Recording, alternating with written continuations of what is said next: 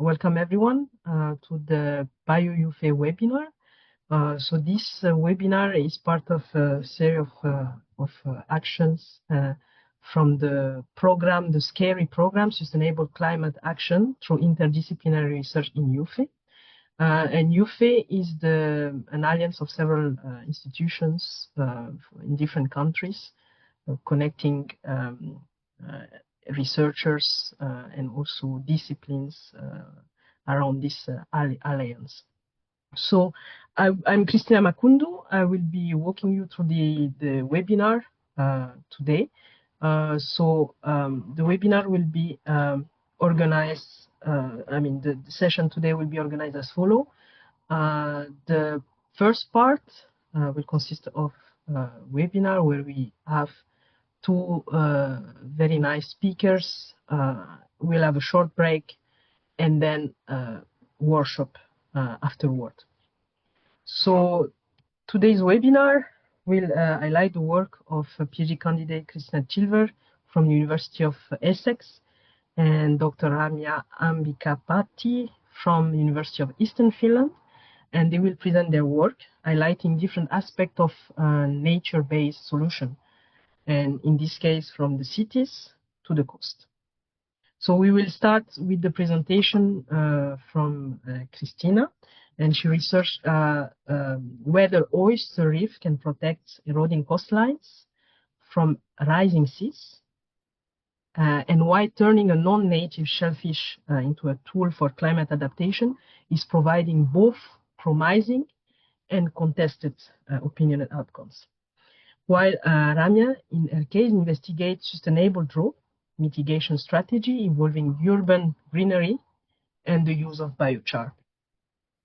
But today, so these are today's speakers, but this webinar could not have been existing without a team of people, including myself today, but also my colleagues from different universities in part of the UFE Alliance.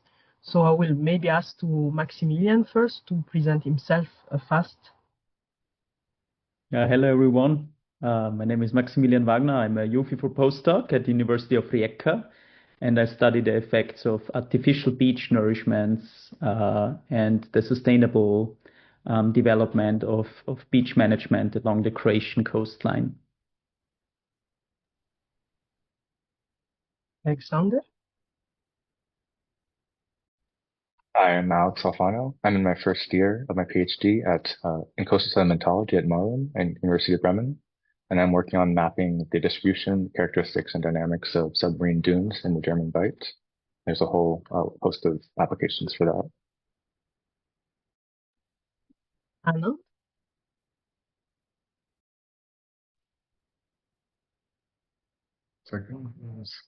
Hello, I'm Dr. Anand Pai. I'm a Marie Curie postdoc at University Carlos III of Madrid. I currently work on space-age materials, fiber metal laminates, natural fibers, with the emphasis on life cycle assessment of materials to reduce the carbon footprint. Thank you. François? Hi all, I'm François Sagot, and I'm a third-year PhD student working on the representation of wetlands in literature, in French-speaking literature during the 20th century. Thank you. And myself, so I'm Kristina Makoundou, a postdoctoral researcher at the University of Antwerp, and my focus is on materials, construction materials, using waste products and greener, let's say, solution for our constructions. So without this team, for two speakers of today and all my colleagues, this webinar could have not existed. So thank you to everyone to have put all this together. And now we can continue. So I will try to give a very, very short introduction about the two presentation of today. I think it's great if you get the full insight from the presenters. But I wanted to say that what I found actually very interesting from the presentation today is that even if the two, let's say, focus are very different, one in urban environment and the other one more in a coastal ecosystem. They have actually very similar question to answer, is how do we adapt to climate change by learning to work with the nature rather than constantly trying to control it and to work against. So what I found connecting the two presentations is the idea that adaptation is not simply about defending against climate change or something that is happening. There is both in both situations, in both presentation, the exploration of nature-based solution, but not just as a simple fix, green fix. Instead, both speakers are investigating how actually full ecological process themselves can become part actually of the adaptation strategy. And it is also about understanding how the ecosystem respond, evolves, sometimes can even help us to build a more resilient future if we are willing actually to understand and their approach and to work differently. And this is actually bringing us to this very important interdisciplinary dimension where this is becoming essential. And in both cases, neither in urban or coastal adaptation, we can work alone. This means that there is the need of ecology, engineering, environmental chemistry, planning, governance, social science, to all connect to each other to be able to actually find a solution.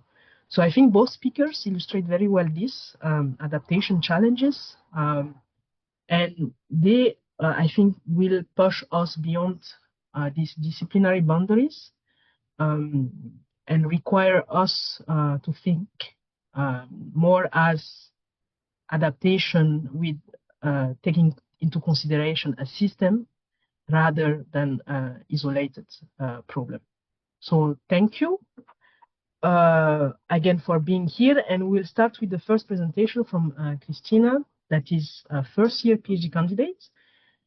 She has a background in coastal defense research, salt marsh restoration, and her PhD is investigating oyster, but not only. She explored ecological relationship with environment and the social regulatory governance challenges of deploying a non-native species as a climate infrastructure. Christina, you can start your presentation. Thank you, Christina. Just make sure everyone can see my screen. Thumbs up. Yeah, cool. Okay, 1 second. So, hi everyone. Thanks for sorry. Let me start again. Hi everyone. Thanks so much for taking the time to join us this afternoon. My name is Christina Chilver, and I'm really looking forward to the next couple of hours together. So, before I get into the content, I want to start with a few questions I'd like you to think about throughout the talk. So, have you noticed changes in your own life that you think are connected to a changing climate? Maybe it's flooding near where you live, seasons feeling different, or something shifting in the world around you. What does it actually mean to live in a time of climate adaptation, not just as a policy challenge, but as a lived experience? And what word comes to mind when you hear the phrase climate adaptation? Is it hope, urgency, anxiety, or technology? So what is adaptation? So humans are cosmopolitan.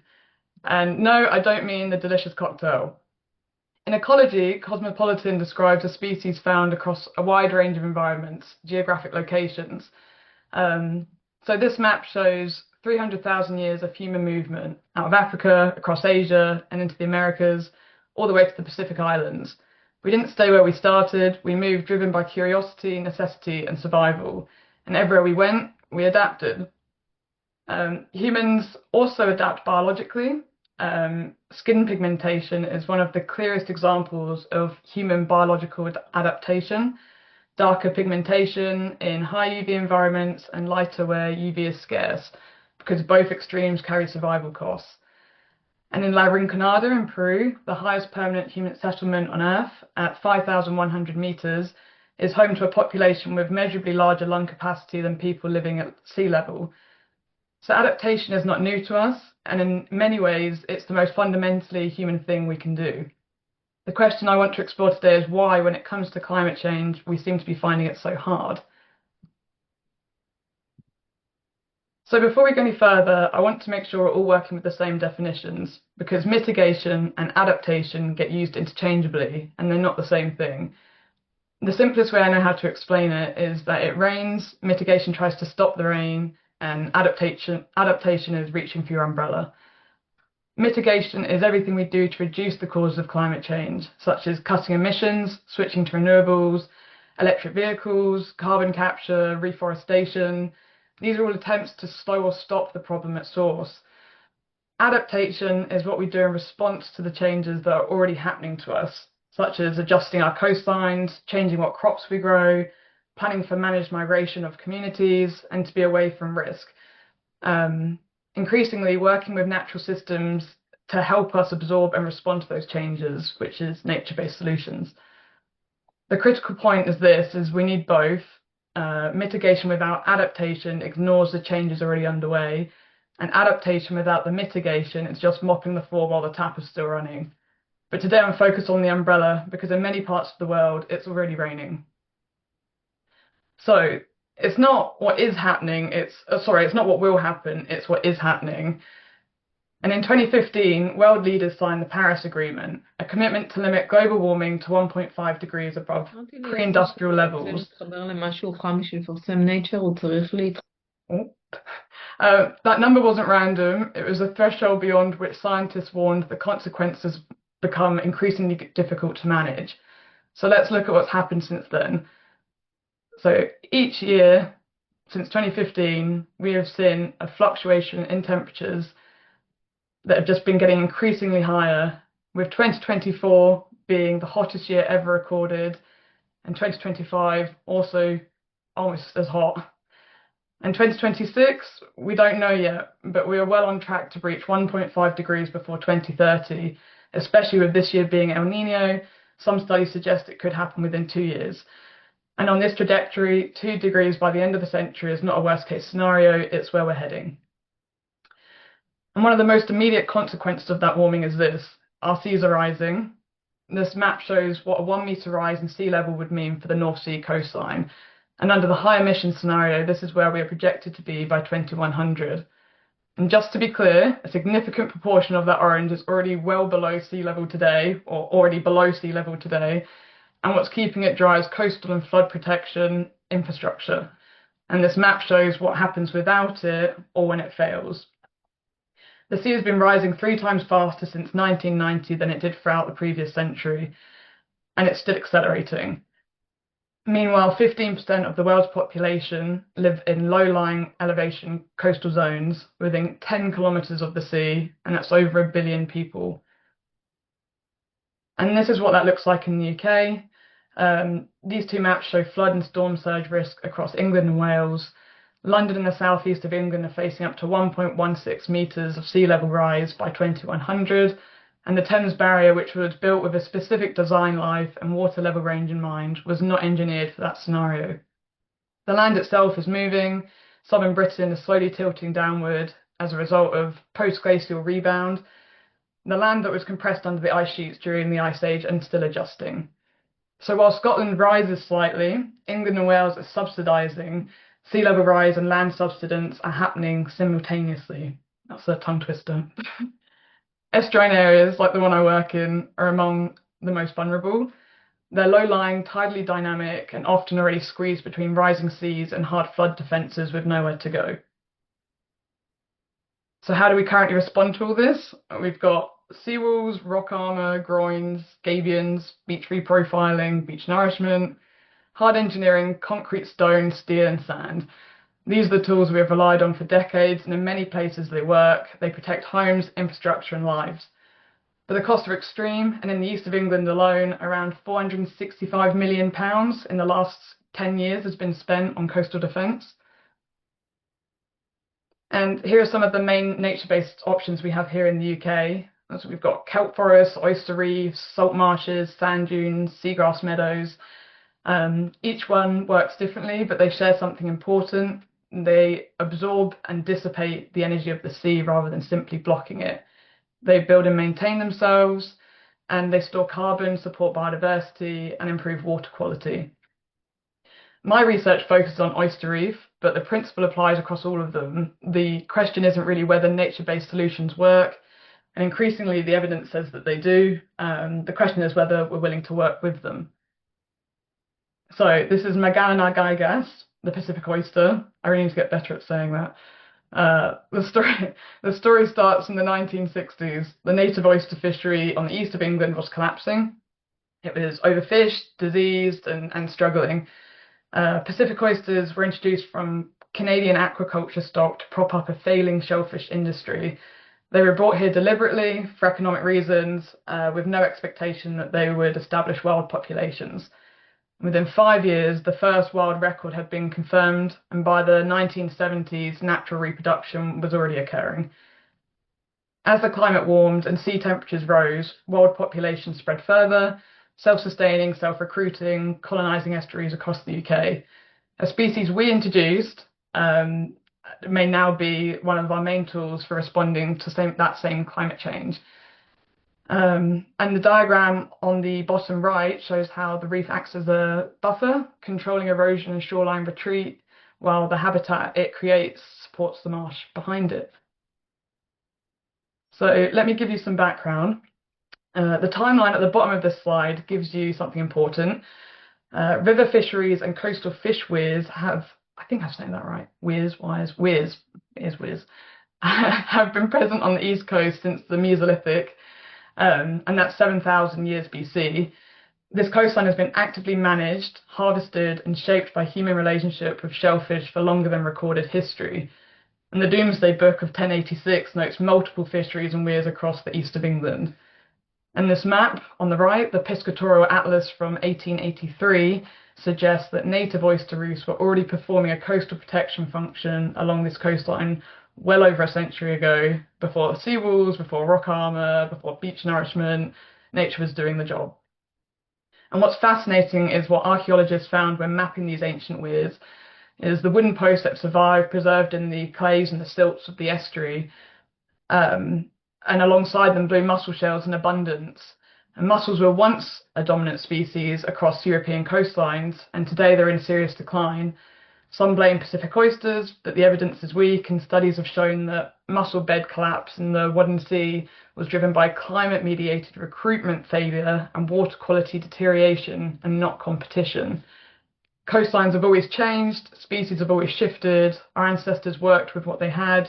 I doubt they spent much time debating whether something was native or non-native, if it was feeding them and protecting their coast.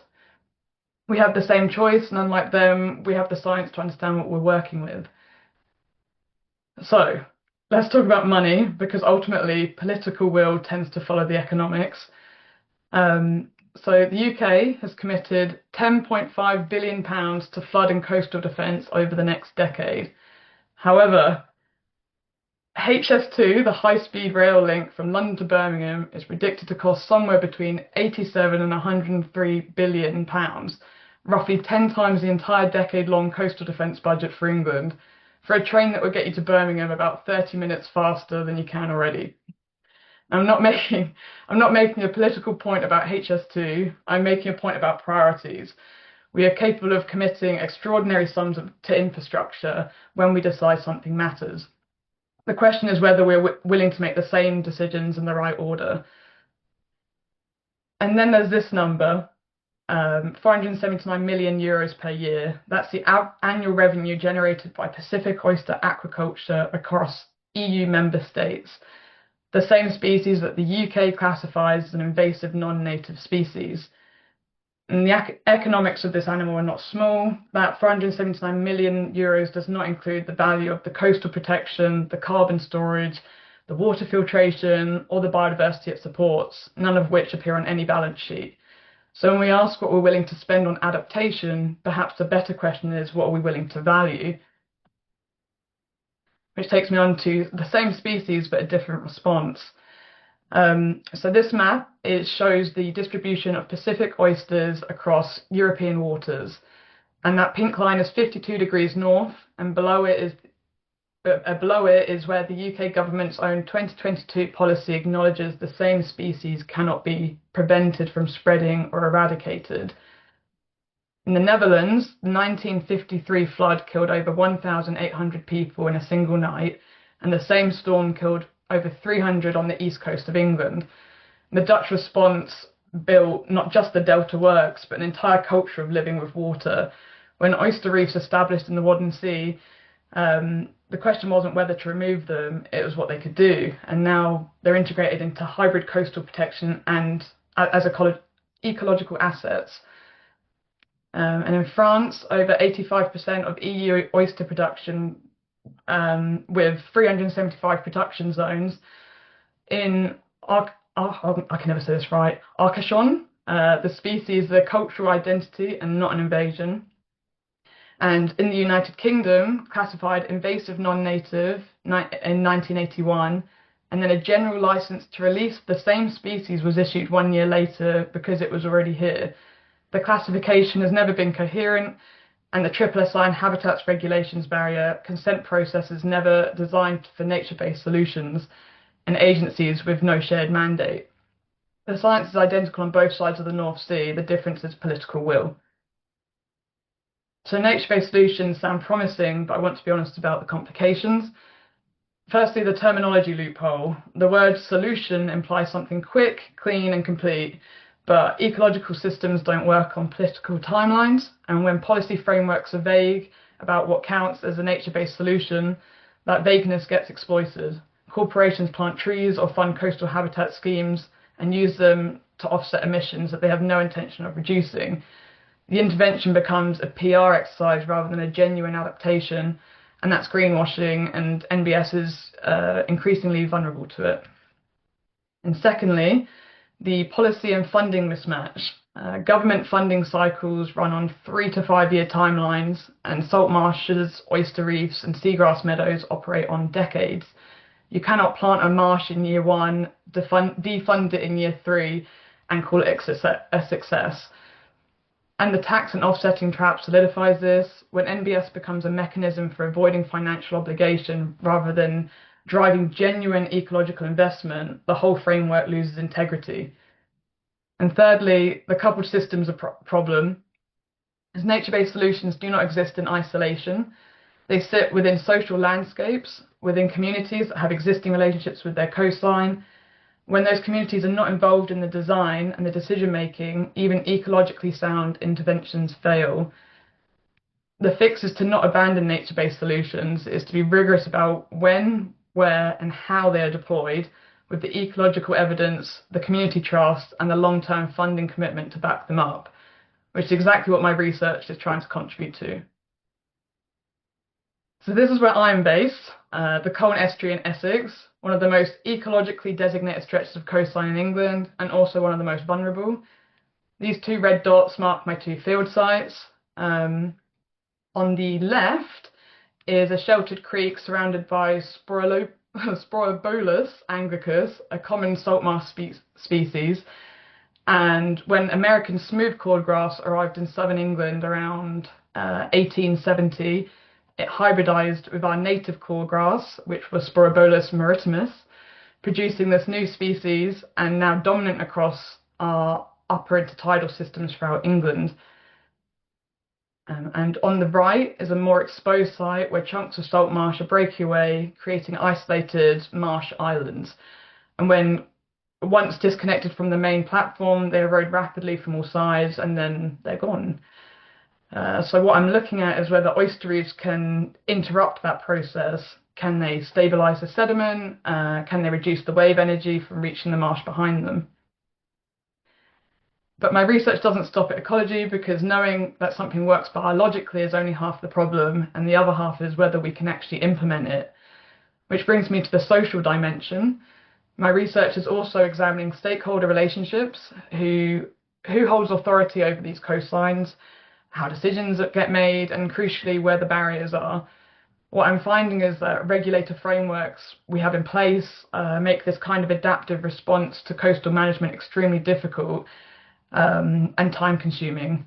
consent processes that take years, agencies that don't share a mandate, and conservation law that wasn't written with nature-based solutions in mind. The problem is simple. We don't have that kind of time anymore. The coast is changing faster than our governance frameworks can respond. And two non-native species arriving independently are already finding a way to work together. And they didn't wait for permission. They didn't need a committee. They just adapted. So if nature can do that, why can't we? So let me leave you with 6 things I hope you can take away from today. And that is, adaptation is already happening. Nature didn't wait for a policy framework, and neither should we. The governance gap is a real barrier. The science on nature-based solutions is increasingly strong, and what's lagging behind is the political will and regulator architecture to act on it. Nature-based solutions must not become the new greenwash. Habitat schemes used to offset emissions rather than reduce them, and not adaptation. They are delay dressed up as action. And social license is not optional. Coastal communities must be co-designers of change, not recipients of it. Without trust and transparency, even the best ecology fails. And we need the evidence first, the ecological groundwork that makes responsible deployment possible.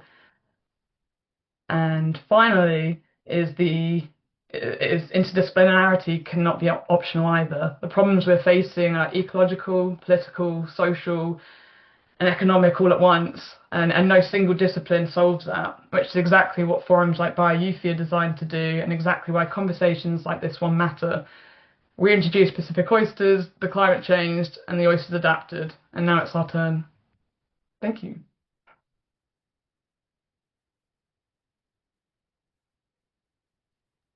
Thank you very much, Christina, for your presentation. I think it was an insightful presentation. So as I wrote in the chat, we'll take the question at the end of the 2 presentations. But if you have already questions, keep them in your site, and also feel free to share it in the chat if you like. So thank you again, Christina. And now we will move to the next speaker. That is Ramya. So Ramya is a Marie Skłodowska-Curie UFE for postdoc researcher. She has a background in environmental ecology, and she works at the University of Eastern Finland. Her research focuses on urban sustainability and climate change mitigation through nature-based solutions. And then her work is on plant responses to abiotic stresses. How these stresses extend across both agricultural and urban context, with the idea to bridge broader ecosystem. So thank you, Rami. You can share your screen and start your presentation. Thank you, Christina, for the detailed introduction. So please give me a moment. I'm sharing my.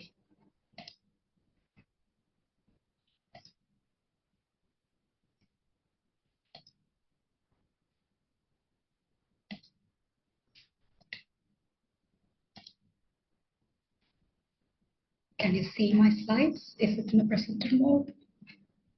Looks fine. Okay. Yeah. Yes, thank you. So hi, everyone. In this presentation, I would like to talk about the challenge many cities are facing today due to climate change. And I will also explain how nature-based solution may help to improve their resilience. To introduce this topic, I would like to start with the simple experience we all can relate to. Imagine walking down a city street on a hot summer day. The moment you step under a tree, everything changes. The cooler air, the calmer feeling, and even cleaner air. Also, urban trees helps to reduce heat stress, supports biodiversity, and it improves air quality, which indirectly contributes to human well-being as well. These trees are not just decorative elements anymore in cities. They are functioning biological system which interacting continuously with temperature, light, and air chemistry. So when we talk about urban greenery, we are actually referring to living infrastructure. In 2050, nearly 70% of world's population will live in cities. At the same time, the cities are becoming hotter, rainfall is becoming less reliable, and more frequent droughts. Another important point is climate change does not only mean gradual warming, it also means variability. This includes like sudden heat waves followed by heavy rainfall or long dry periods which interrupted by short intense storms. For example, this urban trees, this variability is particularly challenging compared to other forest trees because in urban environment, this urban trees, the root space is already restricted and the soil conditions are often compacted and which is low in nutrients and other organic matters which supports for the urban tree health. So unlike forest trees, this urban trees have very limited buffering capacity. And this green infrastructure we depends on for our well-being, it's already increasingly under pressure. When trees suffer from drought, cities lose some of their services they provide. They grow more slowly, become more vulnerable to pests and diseases, and this provides less cooling even during heat waves. Moreover, when water becomes scarce in urban environment, these trees get stressed, and the stressed trees don't just wilt, they release chemical signal called plant volatiles and also plant scent. These volatile organic compounds are nothing but we experience in our day-to-day life. The smell of pine forest and the scent of freshly cut grasses. These are all examples of plant volatiles, the scents we smell from the tree. In natural environment, these plants continuously emit these plant scents as part of their normal metabolism. And it plays a very important role in defensive and communication. When the plant experiences stress, such as herbivore attack or mechanical damage or any other abiotic stresses like drought, they produce induced amount of plant volatiles. This act as chemical signals that helps plants respond to stress. These chemical signals can be detected by insect and other neighboring plants. For example, herbivore-induced plant volatiles may attract predators or parasitoids of attacking insect. This provides an indirect defense mechanism of the plant. In addition to that, this plant volatiles can be perceived by other nearby plants, triggering the defense response even before they experience the damage. This represents a very important plant-to-plant communication in the urban ecosystem. Under stress condition, example drought, these trees often changes their type and amount of volatiles they release. This will disturb important defensive and communication role. Coming to urban environment, these chemical compounds emitted by the urban vegetation are highly important because they directly interact with the air pollution from the traffic and other sources. These changes in trees can influence not only tree health, but also urban air quality, which we depend on for our well-being.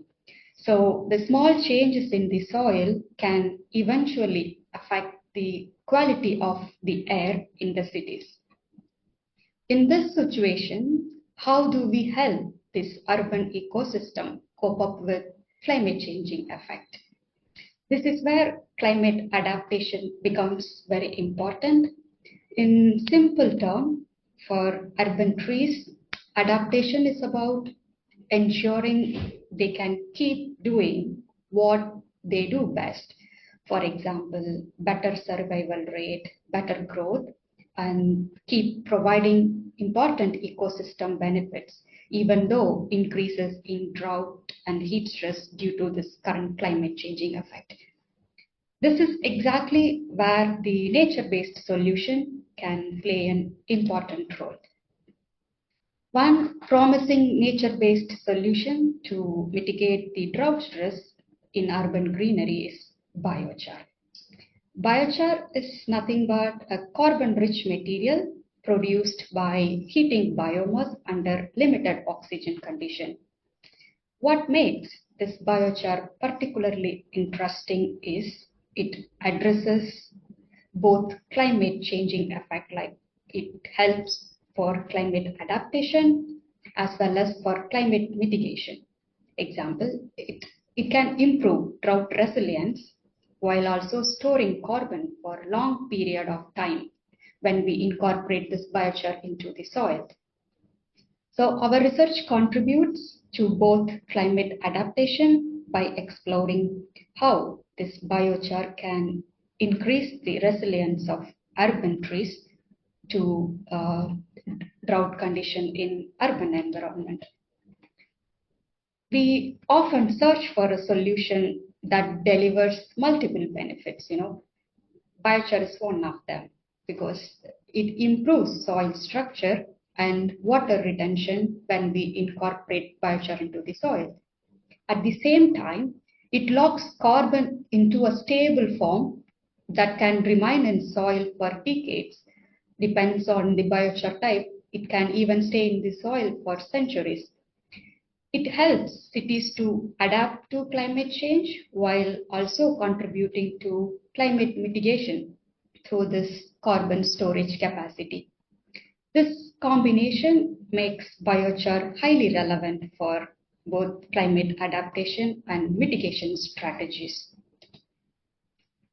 Importantly, in EU, United Nations climate body, the United Nations Framework Convention on Climate Change is actively working towards including biochar as one of the official carbon removal method under the Paris Agreement.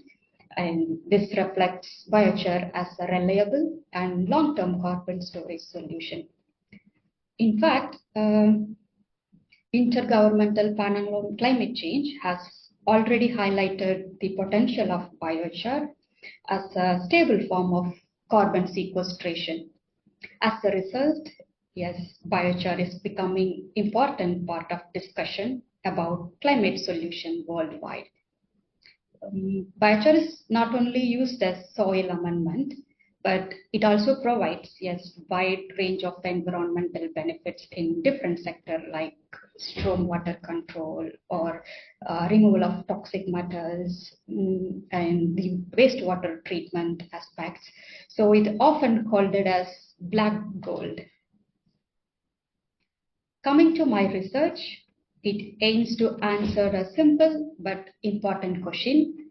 Can biochar help urban trees better withstand when it undergoes stress? And if so, can it influence the natural compound released by trees? To answer this question, we conducted experiments using silver birch, which is a common urban tree species across Europe. We compared trees growing under normal and drought condition without biochar. The first result was encouraging. Biochar treated soils retained approximately 20% of more water during the drought stress condition. You can see in this picture number of tiny pores. This is actually act as a natural sponge when we incorporate that into the soil. This small pores helps retain water and makes it available to plant for longer period of time. This creates more stable and growing environment for the urban trees, even though it experiencing the water limited condition. We also found that the drought increased the stress-related volatile emission from the birch trees. However, when biochar was present, these stress signals were substantially reduced. This suggesting like the biochar application helped the trees cope up with the water shortage. In simple terms, biochar helped more stable environment for the trees during the drought condition. The healthier soil supports healthier trees, and by reducing the stress-related emissions from the trees, and biochar may also contribute to improve urban environmental quality indirectly. Of course, from my greenhouse experiments are useful, but cities are more complex. Therefore, now we are testing these findings under real urban condition in Kuopio, in collaboration with City of Kuopio. We are studying the roadside birch trees and monitoring their physiological responses and volatile emissions. Climate adaptation is not simply about helping trees survive. Actually, it is about helping trees continue to provide their ecosystem services that supports healthy and livable cities. Based on our studies, solutions like biochar can help urban trees become more resilient to drought and other climate stresses. Also, healthier trees can continue to cool our cities, improve the air quality, and also support our well-being. Then, who can use this knowledge from our research? Of course, yes, the climate adaptation cannot be achieved by researchers alone. It requires collaboration between scientists, municipalities, and urban planners. Yeah. Nature-based solutions become powerful when this knowledge is translated into action. We are actively engaging with city authorities, for example, in Kuopio with the city council and the other stakeholders to explore how these findings can support sustainable urban management.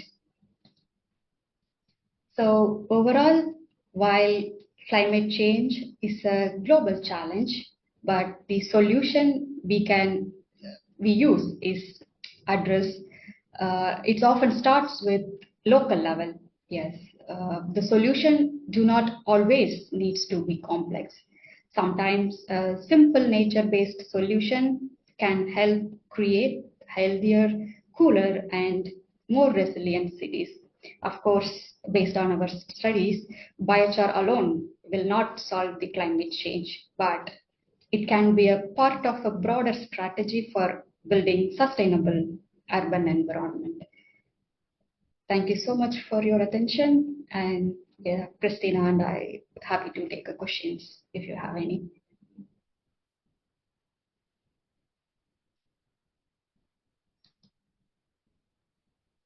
Thank you very much, Ramya, for your presentation. You brought another perspective, but we see that there is actually some links in between the presentation. So now we have some time to take some questions for both speakers. So if you have a question and you would like to open your microphone and ask it, you are free to do it.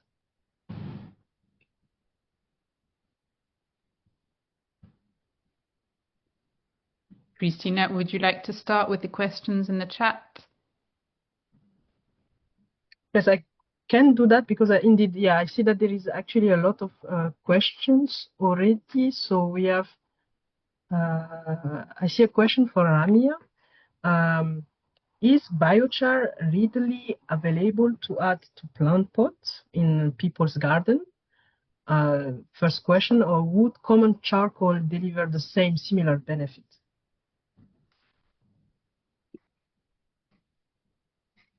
Oh, thanks for the question. Yes, actually, biochar is readily available for people. Yes, like common people. Yes, they can use it for their pot experiments, like for the indoor plants or for their home use. because it's studying for a very long time. Initially, it recognized as one of the soil amendment because of its more water holding capacity and its nutrient absorption capacities. So commercially, it is available. We can get it from many nurseries. They are selling as a potting mix. Mostly the potting mix comes like peat and compost mix. And right now they also have biochar mixed soil amendment and potting mix. Also for publics, we can use it for indoor parts, and also it's available for the agriculture activities. So they can use it for the crop production. Thank you, Ramya. I think there is another question that I see in the chat. How does using biochar as a long-term carbon storage medium affect the efficiency of biological nitrogen fixation? And how does this dual strategy optimize both soil, carbon sequestration, and nitrogen retention on the other side? Yeah, actually, this is a more scientific one. So when you apply biochar in the soil, so it is always depends on the type of biochar we use and the amount of biochar we use. Say, for example, the biochar quality and the properties varies depends on the feedstock. Say, for example, if we use the feedstock from the agriculture waste, like rice straw waste or wheat straw waste, the biochar properties varied. The same biochar produced from the wood chip waste has different properties. So it is always depends on the purpose. We choose the right type of biochar and right type of property. So in case if the main goal is like nutrient absorption capacity, so we use particular type of biochar which has more surface area and which has more pore space in it. So when you incorporate that into the soil, it really helps to hold more nutrients in it. In terms of nitrogen, yes, of course, it helps to attach. It contains mostly 98% of carbon content in it. So it's basically an inert material which has mostly negative charges on it. Different temperature of the biochar production also has major role. Example, this pyrolysis process we use when it's used to produce biochar. So the pyrolysis process is using high temperature in the absence of oxygen. So it pyrolysis process from the low temperature to higher temperature. So which range between 200 degrees Celsius to 600 degrees Celsius.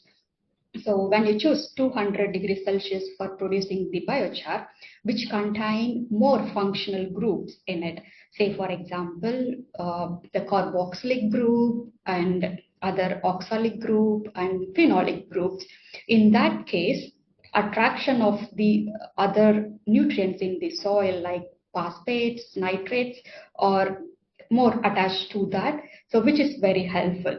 But in case you use the biochar produced from higher temperature, the availability of the functional groups is very, very less.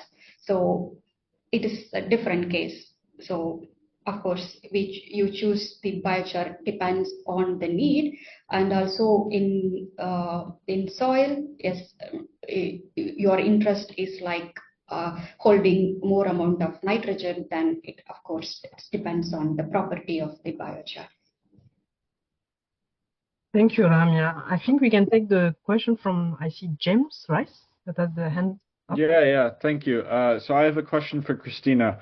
So I realize that a lot of your work and a lot of your expertise is on salt marshes and coastal protection and sort of the ecology of the intertidal zone within the Colne estuary. But I wonder, I mean, a lot of your presentation was about how the ecological and biological features that are present in the marine ecosystem in the Colne estuary, and Eastern UK are also present in many places in Europe, particularly with regards to oysters. So I wonder, my question is really what it's more of a sociological question, which I think is the interdisciplinary aspect of our projects.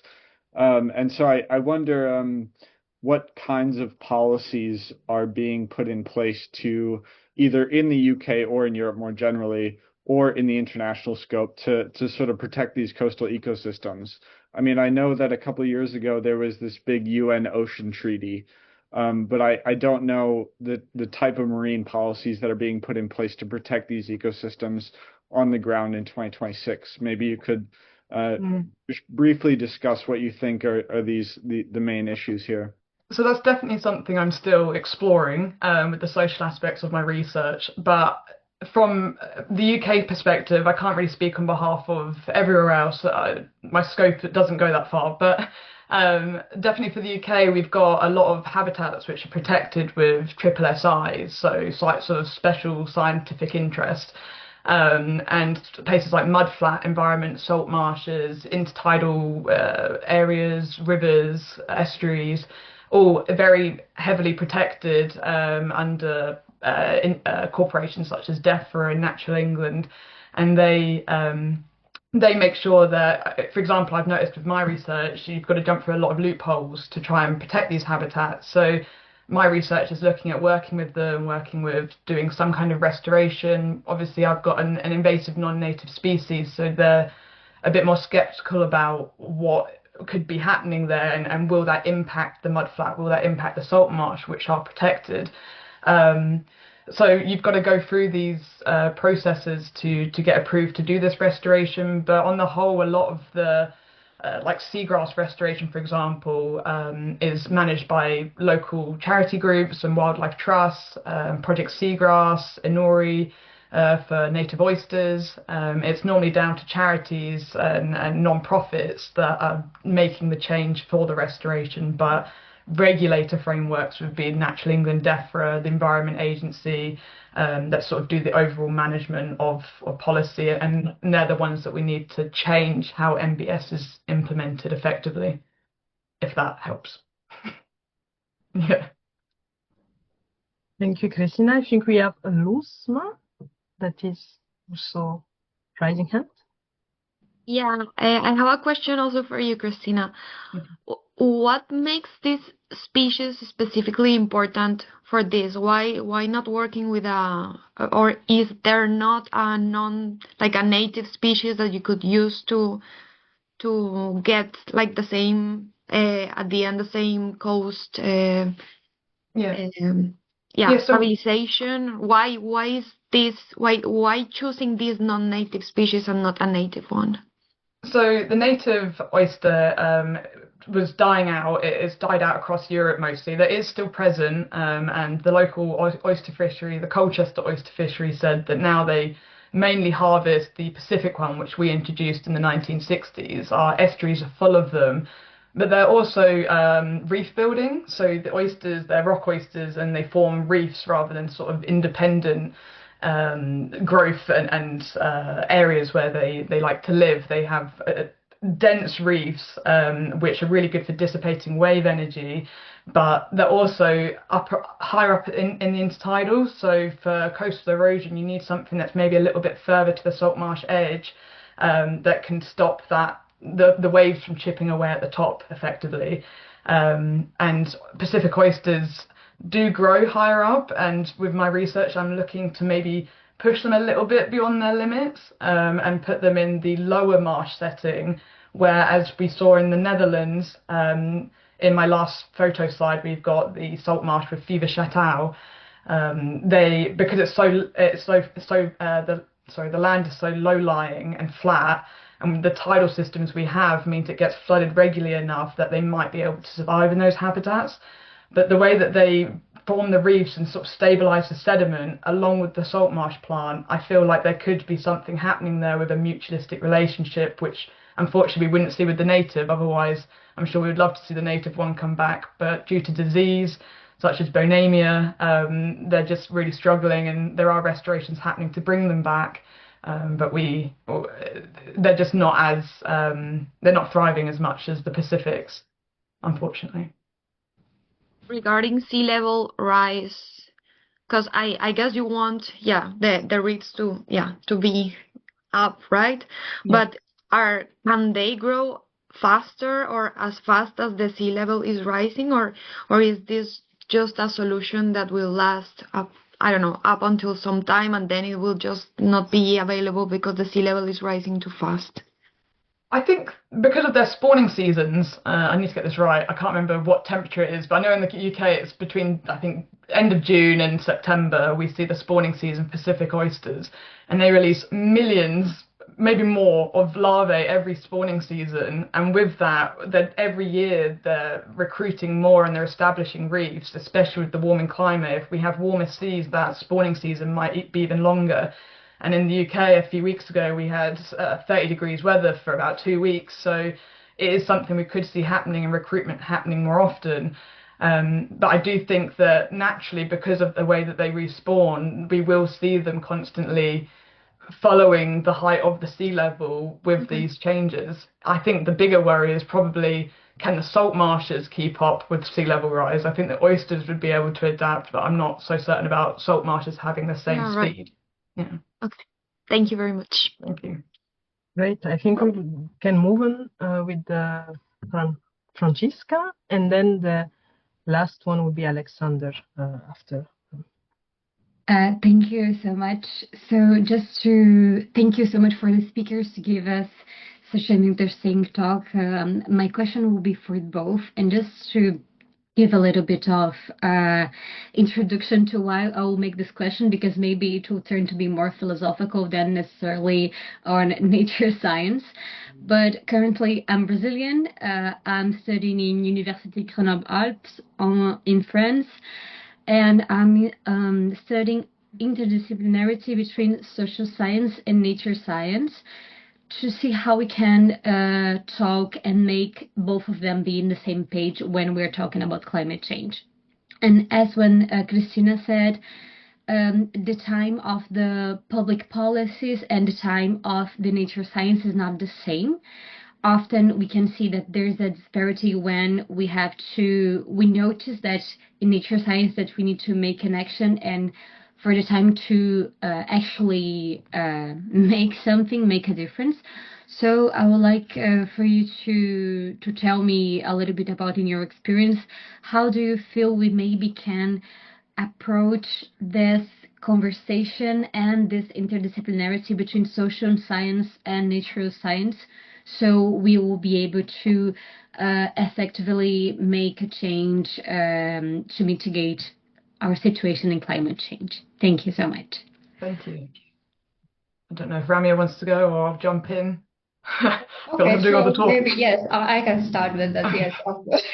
Yes, I according to my experience before with the biochar and trying to work on the nature-based solution, of course, the nature science, social science comes in between. So I'm a natural science. So if I wanted to connect to a community or urban planners or any other stakeholders, I feel the social science people or the mediators between us, because we know the science better, but we do not know how to communicate that with the end users, of course. So actually, I feel, yes, social science people are the one, they know, like from the taking the research from the lab to the field. So of course, without the social science, we cannot reach the end users. Yes, we know the science very well, so we have the proof of concept to say, and how much we can just say, not qualitatively. Quantitatively, we can just express what's gonna happen. So the same way what we do in scientific way, we cannot communicate with the end users or the policymakers. They're never gonna understand what we are doing. So you guys are the mediators between both of us. I think as well, from what I've seen is, I think the only real way to make fast change, and we know that nature doesn't work that way, but in policy, is for community engagement. I think if enough people live in one location and they're looking for the same bit of nature that they want to protect, them, their salt marshes are eroding and they want that restored, if enough of them come together, even take matters into their own hands, eventually you get the publicity for it, and you get policy frameworks being changed. And something similar happened in the northwest of England near Blackpool. It's called Flied Sand Dune Project, and I think the last 15 years or so they've been restoring like 100 meters of sand dunes, and the local communities have been putting Christmas trees in the sand to try and accumulate sand and rebuild the sand dunes. And eventually, I think lots of different policymakers and stakeholders got involved, and it's now become a £2 million project over the last 15 years. But that sort of started from people scared of losing their sand dunes, which are effectively saving their homes. And I think you notice these changes more when big communities of people get that publicity, and when enough of them just say they've had enough and say we're just going to start doing it. So yeah. Thank you so much. That's okay. Thank you. And last is Alexander. Thank you. Great presentations, both of you. I guess I'd originally framed this question for Christina, but potentially Ramya may have a response to this as well. So in your experience, are nature-based solutions often considered a supplemental form of protection in addition to the traditional methods, or have you encountered cases where nature-based solutions have been prioritized? Because often traditional methods for coastal protection, at least, are at odds with the conditions required for nature-based solutions to be more successful. But sometimes an area has become entirely dependent on the traditional infrastructures, so implementation of the nature-based solution is fairly limited. Like, for example, seawalls and rock armoring can prevent or significantly limit tidal sedimentation processes. River levees can funnel suspended sediment far offshore before it has a chance to deposit along the coast, and upstream dams can trap coarser sediments so it has never had a chance to reach the coast. So I guess, have you noticed this friction between traditional methods and nature-based solutions, and whether one is favored over the other?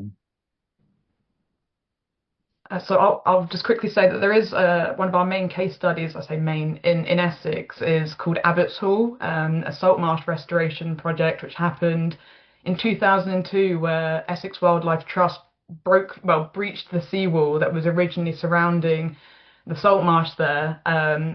So obviously it's costly to maintain the seawalls as well, so they breached it and they've let it the sea naturally reclaim the marsh, and it's been a great success story over the last 25 years or so, which I think was one of the main ones we have locally where it has been prioritised, where we've let nature have it back. They put the seawalls up around a lot of salt marshes in England for agricultural land, I think during World War I, World War II, and the one where they brought down the seawall was asparagus farms.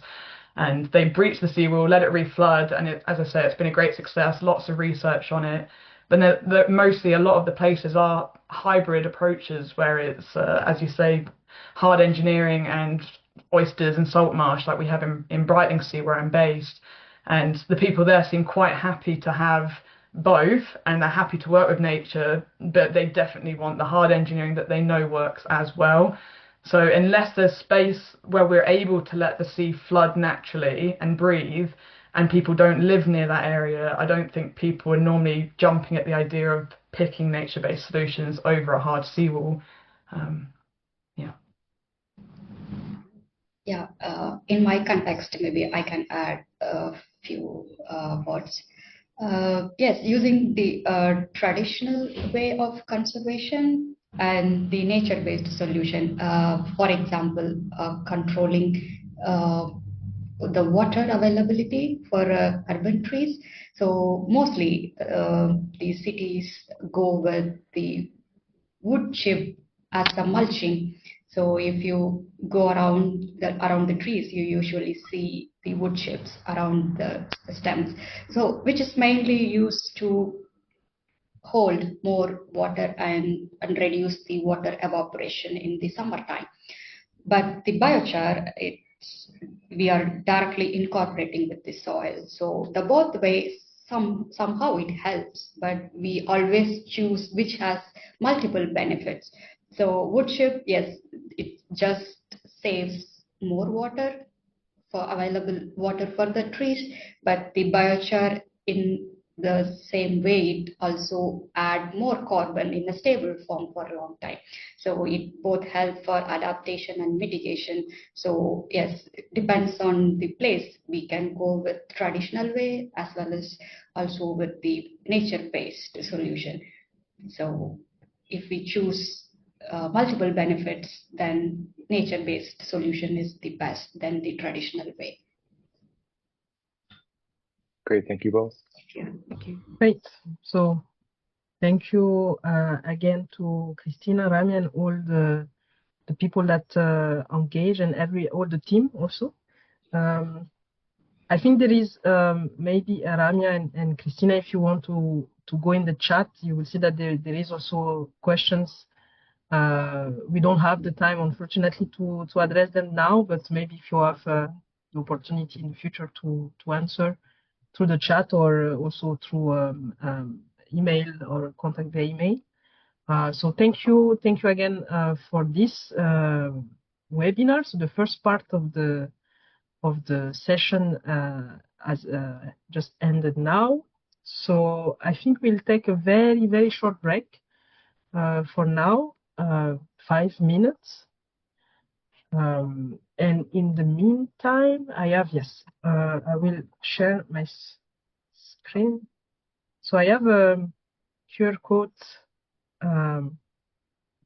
that you can scan here to fill this questionnaire about the program. Please take this 2-minute questionnaire. Take the time to do it also over the break, or I will also leave the link in the chat, so you can just come again to that. So I will now. Yes. Can I just say a quick word before everyone breaks up? Thank you. Of course, yes. So we are looking for new participants in this networking project. So our project tries to connect people across the UFE Alliance who are interested in working on climate change action.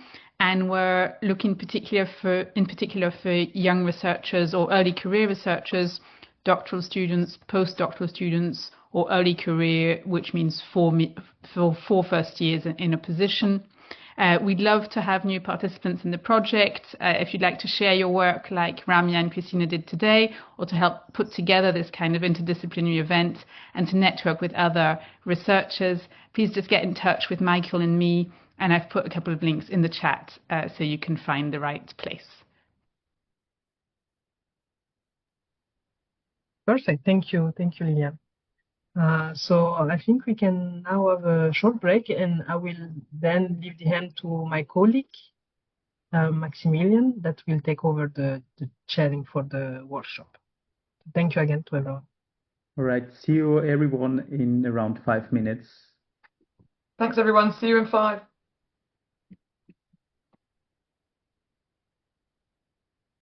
Did everyone have enough time to get tea and biscuits like me? I had some jammy Dodgers, if anyone knows what they are. Sounds very British. I don't know. Yeah, what are jammy Dodgers? I'm British. I don't even know. What are they? Oh, they're like 2 bits of shortbread biscuit with some really cheap jam in the middle, but they're delightful. Sounds good. Yeah, they are. Yeah, I just ran down to the coffee machine, but I'm honestly very disappointed. We got a new one, and the cup size is ridiculously small. So, you have to bring your own mug. Yes. But it's enough. I'm sure the discussion will be exciting enough to keep us awake. I think we can start. I see all our 3 guests already online. That's nice. So welcome everyone to the second part of our webinar. And we thought it would be nice because what we learned already in the first part is that of course, interdisciplinarity is kind of key to understand this very complicated, interconnected topics like climate change. And we thought we're going to bring together a group of 3 experts from varying disciplines, from political science, arts, and biology. And we hope to achieve a nice discussion about very general questions, because in the core of all this are general definitions and general things we build on our research. And I'm very happy that we got 3 very competent people to join us today.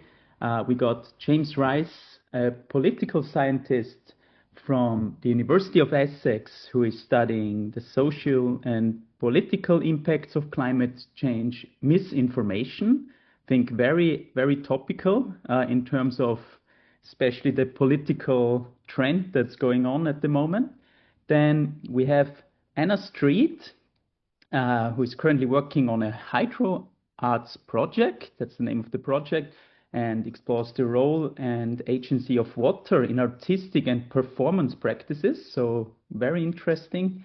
And then we have my colleague also from the University of Antwerp, where I did my PhD with, Alex Hooft van, and sorry, Alex, my Dutch is still not there where it should be after a few years living there, or van Housdownen, is it correct? Yes, you said you're not too picky there. That's nice. Great job. And Alex investigates the rapid evolutionary adaptation to human-induced environmental changes, and specifically fisheries. And in the next slides, maybe we can start with James, because we ask you to maybe, because my introduction might not be sufficient enough, as you might heard, that you give yourself a go and explain what you're doing. Yeah. Should I go? Yes, please. Yeah, great. So I'm a political scientist at the University of Essex, and as Maximilian mentioned, my research focuses on the political, social, and economic impacts of climate change misinformation.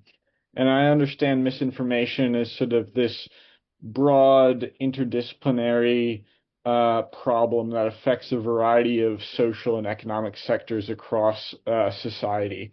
And so there's a variety of forms of misinformation, and climate misinformation is only one form of the larger topology of misinformation more generally. But climate misinformation has been around for quite some time. So we learned about the impacts that fossil fuel emissions were having on our ecologies and our environment in the 80s and 90s. And ever since then, climate misinformation has been rampant, particularly as it's been proposed by a variety of fossil fuel interests to slow and stop the effort to increase the prevalence of green energy in the economy. And so the most important thing about climate misinformation is that it's been evolving through the policies that people put in place to increase the speed at which the green transition is made. And climate misinformation has been adapting actually to the discourse, the political discourse about the green transition. And so that's one of the fundamental motivating factors for my PhD, is to look at, okay, how has climate misinformation been evolving? Where did it start? And where is it going, especially with the rise of a variety of different types of media, including AI and digital and synthetic media, that are fundamentally reshaping the way we understand and gain access to information regarding the environment.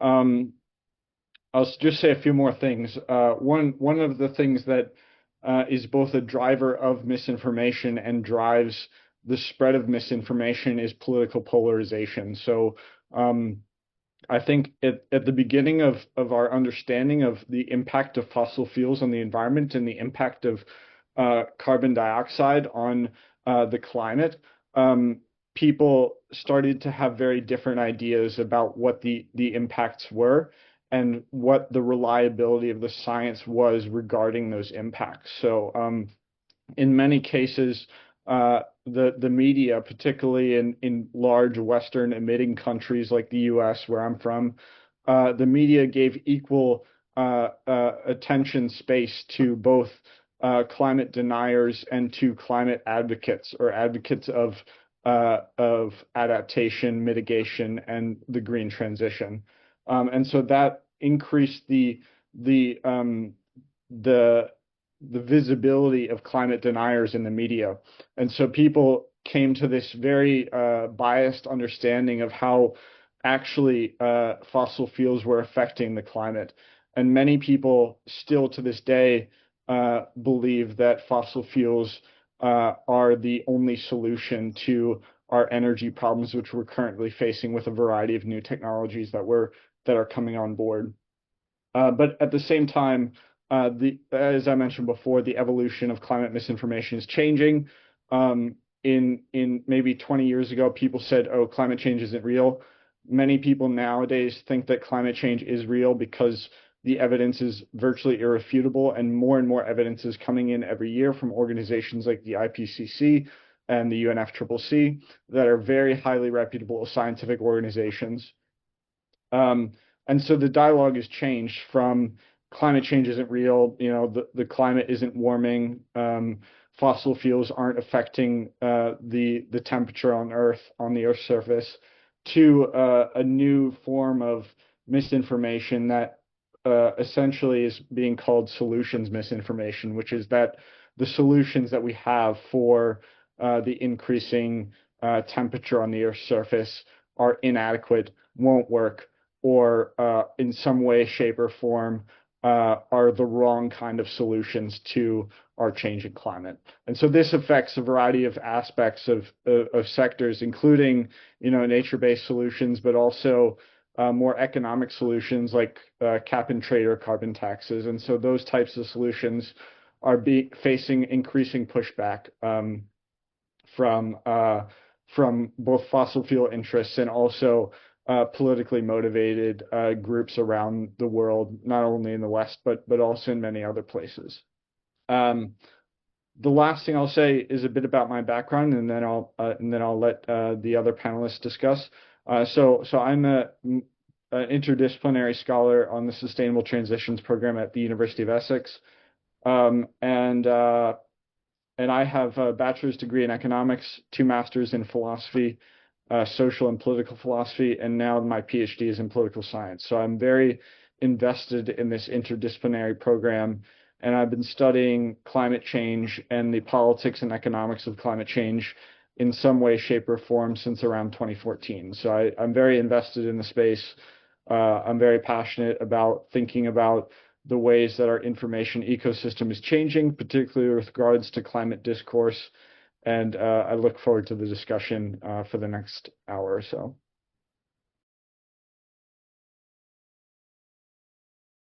Thanks a lot. I think we can go on with Anna Street now. Yes, hi, thank you. I did prepare a couple of slides to use to introduce myself. Should I pop Sure. them up Feel free. now? Okay.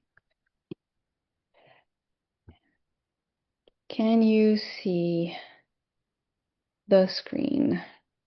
Yes, I think you just need to start. Okay. So Anna Street from the University of Le Mans, and so I'm here mostly in my capacity as chief investigator for the research project HydroArts. This is our website available at hydroarts.org. So come give us a visit, look through our corpus, sign up for our mailing list. We have series of events, notably a webinar series that we would love to welcome you to.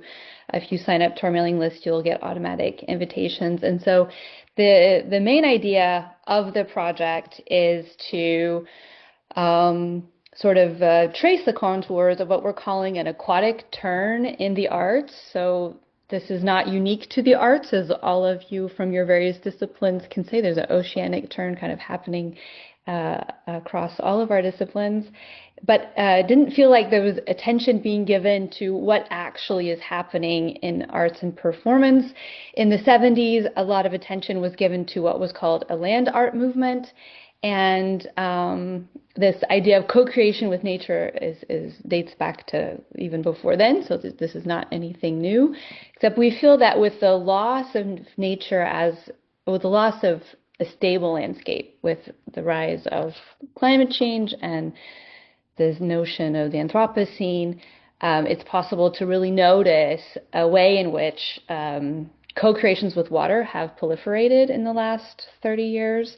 And we think that it's directly related to actually a lot of factors, but notably this idea of nature no longer providing a stable backdrop or landscape.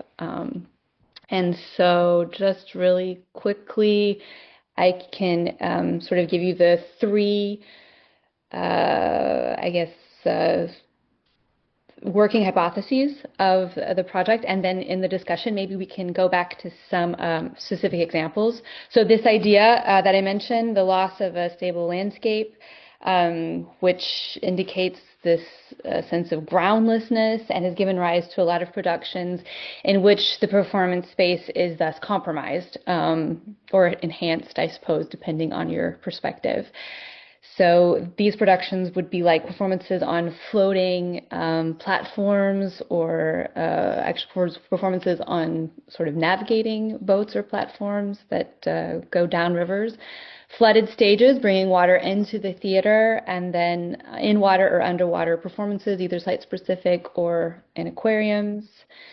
And this leads to a deeply ambivalent aesthetic. So there is usually always this mixture of beauty and fascination, along with feelings of panic or horror or disgust even.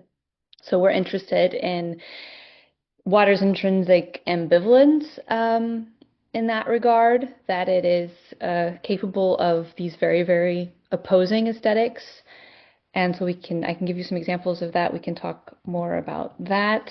And more generally, this idea that climate change has changed not only artistic practice, but also our concepts of aesthetics. And then thirdly and lastly, this exploration of water as an active participant in the creative process. And this also reflects changing notions of how art is made. And so this corresponds obviously to philosophical works on new materialism and the acknowledgement of the importance of matter in our systems of meaning. Examples of this include, but not limited to, sonic co-creations, where sounds of water are part of the work, underwater sculpture, and then another example would be ice performance. You can see pictures of the ice puppets that we may go back to. So I will stop here and look forward to our exchanges. Thanks so much. Okay, then Alex, please. Yep, sure. Go ahead. I'll also share one slide only. I said loads. So yes, I'm happy to kind of introduce myself as the biology representative for the discussion. But within biology, I'm very much an evolutionary biologist, and in fact an evolutionary genomicist. So my work focuses on the genomics of fisheries-induced evolution in a system of East African Malawi cichlid fish. And these cichlid fish are very important in evolutionary research, but I focus on a kind of the interaction with humans and an economic or anthropogenic pressure and an economic process. But I focused in on the evolutionary processes that are a consequence of this. And so in the 1990s, I show a small graph here on the top right. So in the 1990s, there was this collapse of biomass from fisheries in one region of Lake Malawi and a subsidiary lake, Lake Malombe. And this kind of this graph shows here that economically there was a massive amount of unit effort from local fishermen, and coinciding with this, or shortly after this, there was a collapse of the fish that they were fishing. So this is kind of evidence of something in fishery science known as overfishing of a population. It means that the population itself is so unstable that it collapsed. And the way that the Malawi cichlids, these fish, have dealt with this is that in Lake Malombe, which I've given here in blue marks, they've reduced their size at maturity. So the size of an adult fish is now 50% the size of it that it is in other populations. So this is a really dramatic shift. It's something very noticeable within 20 generations of fish and 20 years of fishermen fishing these, collecting these catches. They see this massive shift in phenotypes. And so the question that surrounds this is what are kind of the consequence of this on the genome, and how has this occurred? And it's also evidence of rapid evolution, really something that we kind of know about only more recently. And Charles Darwin, in his discussions of evolution, really discussed that evolution needs a long period of time. What we see is that this is kind of an evolutionary response that is a direct result of human pressure. So in some sense, it's kind of a highlight of what is possible in the natural world, if even in interactions with humans, but it's also gives kind of a deeper discussion about what adaptation in an evolutionary sense might mean, I guess, with all human interactions. So I'm happy to give more perspective on that as we talk. Thanks so much, Alex. I'm going to head over now to Anand. Anand, together with us, we prepared some questions which we hope will end in a really nice discussion. Of course, everybody is welcome to join the discussion. We will take a look at the chat. And you can also raise your hands if you want to show your face in the camera, of course. And yeah, we're looking forward now to what comes next. Anand, if you take over, please. Yeah, thanks, Max. So I have a few questions for all of our three guest speakers. First question is directed at James Rice. The first question goes as such. Climate misinformation often targets adaptation policies directly.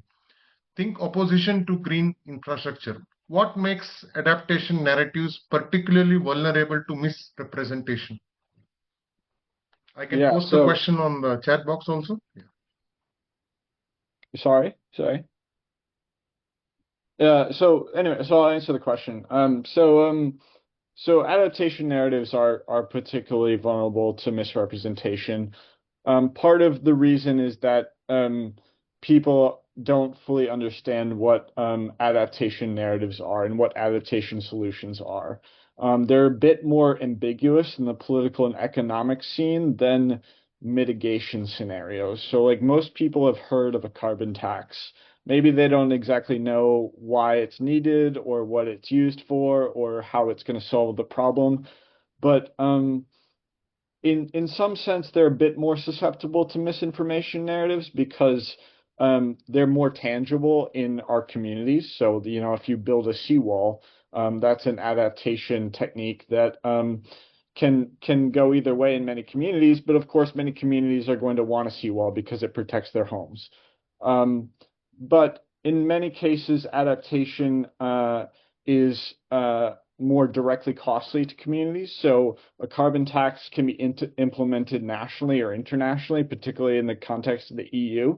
But often, a seawall or protections against flooding or protections against wildfires, particularly in drought-ridden areas, are those costs go directly to the communities which are being affected by them. In many cases, those costs are justifiable to those communities. So, obviously, I would want to pay the firefighters who are protecting my home from a wildfire sparked by drought. But at the same time, those costs can be more tangible. In addition, adaptation like I mentioned at the beginning, is also directly affects communities more, so it's more visible. And I think, again, it can go either way, but at the same time, there's this civilizational shift that people see in terms of the necessity to adapt to climate change that they may push back on, and that may be susceptible to misinformation. So, like, I'll just give one final example. Oftentimes the types of adaptation that take place in communities are, they're the rerouting of roads. They're the move, maybe shifting homes or neighborhoods back from the coast. And those can be subject to significant amounts of misinformation regarding the costs of those projects, regarding the impacts on people's livelihoods and their way of life. And in many cases, people may not fully understand why they need to move their neighborhoods back from the coast until their home gets flooded and they lose, tons of money regarding the damages to their home from these types of disasters. So I think while both types of adaptation and mitigation narratives are subject to misinformation, in terms of the on-the-ground local community impact, adaptation is subject to misinformation narratives significantly more than mitigation, which is often sort of this esoteric concept that affects other people and not my local community. Thank you, James. My next question is for you, Anna. If water is understood as an active participant rather than a passive resource, can it teach humans new ways of adaptation through its fluidity, instability, and transformative qualities? Can you repeat the last? Oh, it's in the chat. If it is seen as an active participant, can it teach humans new ways of adapting, fluidity, instability, and transformative qualities? I certainly hope so. I would like, maybe now, can I share my screen again and show an example of one of the ways that I feel like a particular performance is engaging with this precise question? Except it's not long, it is not, okay, I have to get out of my slideshow, sorry, that's why it's not working. So a number of works have precisely engaged with staging or depicting precisely this instability. This is the one that I would like to just show a small clip of for a minute.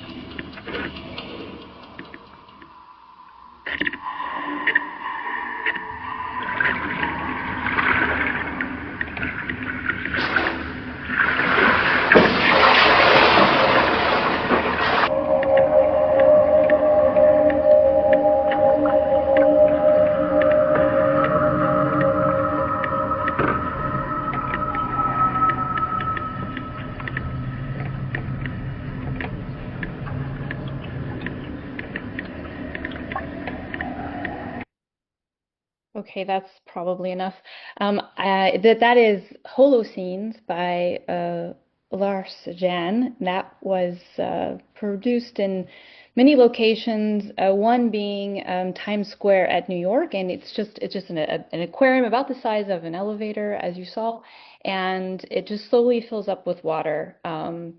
And the actor inside the tank is tasked with completing a simple everyday chore like playing the guitar or making the bed or cleaning the floor, and kind of tries to go on as if nothing is really happening while the water level is rising, and continues to attempt a task that is becoming impossible because it's a sort of failure to adapt to the presence of the water. And in one sense, the director says that the water is behaving as the ultimate puppeteer. So the the bodies, you lose gravity, lose agency in a lot of ways. Objects begin floating around. It becomes impossible to sort of behave in an environment that is no longer in a human environment. And at the same time, it was a not so tongue-in-cheek commentary against Trump having withdrawn from the Paris Climate Agreement the year this was produced, in the sense that we're just going on behaving as though nothing is really happening, and we obviously cannot continue to ignore the rising water levels. So to answer the question, hopefully works like this can kind of maybe startle us into feeling at the same time this aesthetic attraction to, and yet an emotionally disturbing response to our need to adapt, to become aware, to change our behavior, and to reflect the changing environmental situation.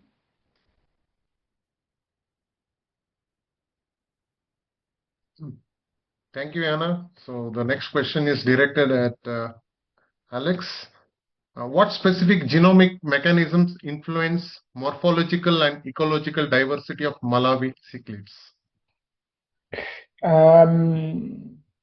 Yeah, so the system of Malawi cichlids themselves are kind of well studied, or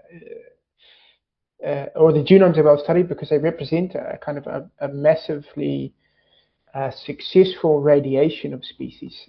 So something that we kind of know in biology is, or at least when Darwin first described evolution, he saw species as the kind of the representation of evolutionary process, or the outcome of evolutionary process. And Malawi cichlids represent almost the best example of this in the world, and in all of history. So for that reason, they're really well studied.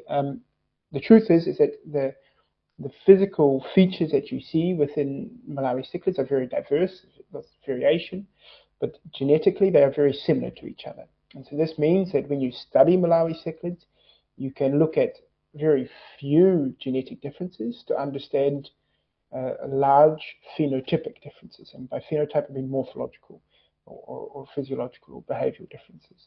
And so this is kind of a reason we study Malawi cichlids. But in my case study, this only means that I can understand the shift that has occurred a little bit easier on a genetic level, but economically and socially, it's kind of as a very natural process that occurs across all species. Thank you, Alex. So sure. I think we have a question from Alexander. Hi. So actually, I'm just relaying one of the audience questions from the chat. So a little earlier, Michael asked, so how do you personally engage with climate change deniers? Do you engage in discussion or ignore, or something in between, maybe? So is this directed at anybody in particular? I guess anyone, even like any of you three, or potentially other people might be able to respond. So if anyone feels like they have something to say, go for it. I guess James is first, the expert. Yeah, I can say something about this. So I think that the conversation with climate change deniers has become a bit easier in the past couple of years, and I think the peak of climate change misinformation and climate change polarization sort of happened somewhere between 2012 and 2018 or so. And in the aftermath of COVID and the decline in economic activity that happened in the wake of COVID, I think many people realized that not only is climate change actually, affecting the temperature of the earth and the weather systems around the world, not limited to, monsoons and droughts, heat waves, hurricanes, that sort of thing, but that it's affecting, global ocean level rise and the decrease in albedo with respect to snow cover in mountainous regions and that sort of thing. People have come to realize that these are things that we're living with and that are going to continue to happen with regularity. And I think that a lot of the more terrifying effects, if I can use that sort of polarizing word, the more terrifying effects of climate change, including, climate tipping points, people are seriously worried about. And I think that whether we think about the ways that misinformation is affecting public opinion towards climate policies, many people seriously acknowledge that, the negative effects of climate change could directly affect them. I think what people are less I mentioned this before, but I think what people are less in agreement on in terms of, what we can do about climate change is, what is exactly that is like, what's the best policy in terms of mitigating, environmental change? How do we protect ecosystems? How do we protect rainforests? How do we protect coral reefs? How do we stop the melting of permafrost and the melting of the East Antarctic ice sheet? These things are something that many people care about, but I think what misinformation directly affects is what people think, and this has changed in the past 5 years, is what people think we need to do about these things. The last thing I'll say is with regards to your question exactly, Michael, is what about how do I engage with the climate deniers? I view my work as an affront to climate deniers. I'm trying to stop climate deniers from being successful in what their ideal policy would be, because I think that climate change is probably I'll say two things about what I think climate change is a problem for. One thing, I think climate change is a long-term problem. It's going to affect us in 2100. It's going to affect us in 2200 after I'm long dead and after everyone here is long dead. And so I think that it's a problem that needs to be tackled now. I think the other major problem that our society faces is like the evolution of technology. And I think that this can help solve climate change, but also I think that it's more of a near-term problem that distracts our attention away from the ultimate problem that faces contemporary civilization, and that's the global warming of our temperatures. Thank you, James. This question is in the chat from Michael, directed at Anna. The visual elements in the art seem to wish to instill fear, maybe to spur people into action. Is there a more positive action possible to make the actions sustainable?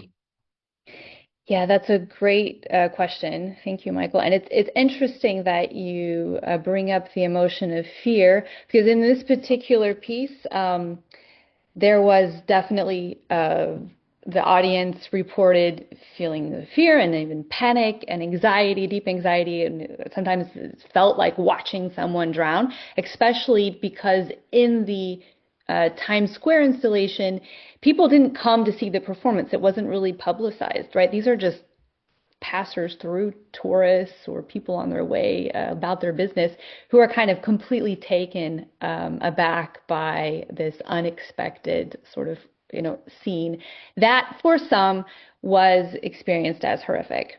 However, as you could tell, also there's a lot of poetic peacefulness and calmness. The actors inside the tank talk about feelings of euphoria and very light sort of being in a womb, they say, is what it felt like. So very reassuring and dancing, sort of carefree. So this very contrasting aesthetic kind of goes back to what I was saying about artists today are asking, what is the artistic legacy of climate change, of the Anthropocene, whereas many have made a case, I believe very convincingly, that really the only ethical ecological argument would be an aesthetic one, so that the desire to return to bucolic landscapes could be a motivating factor for people to change their behavior.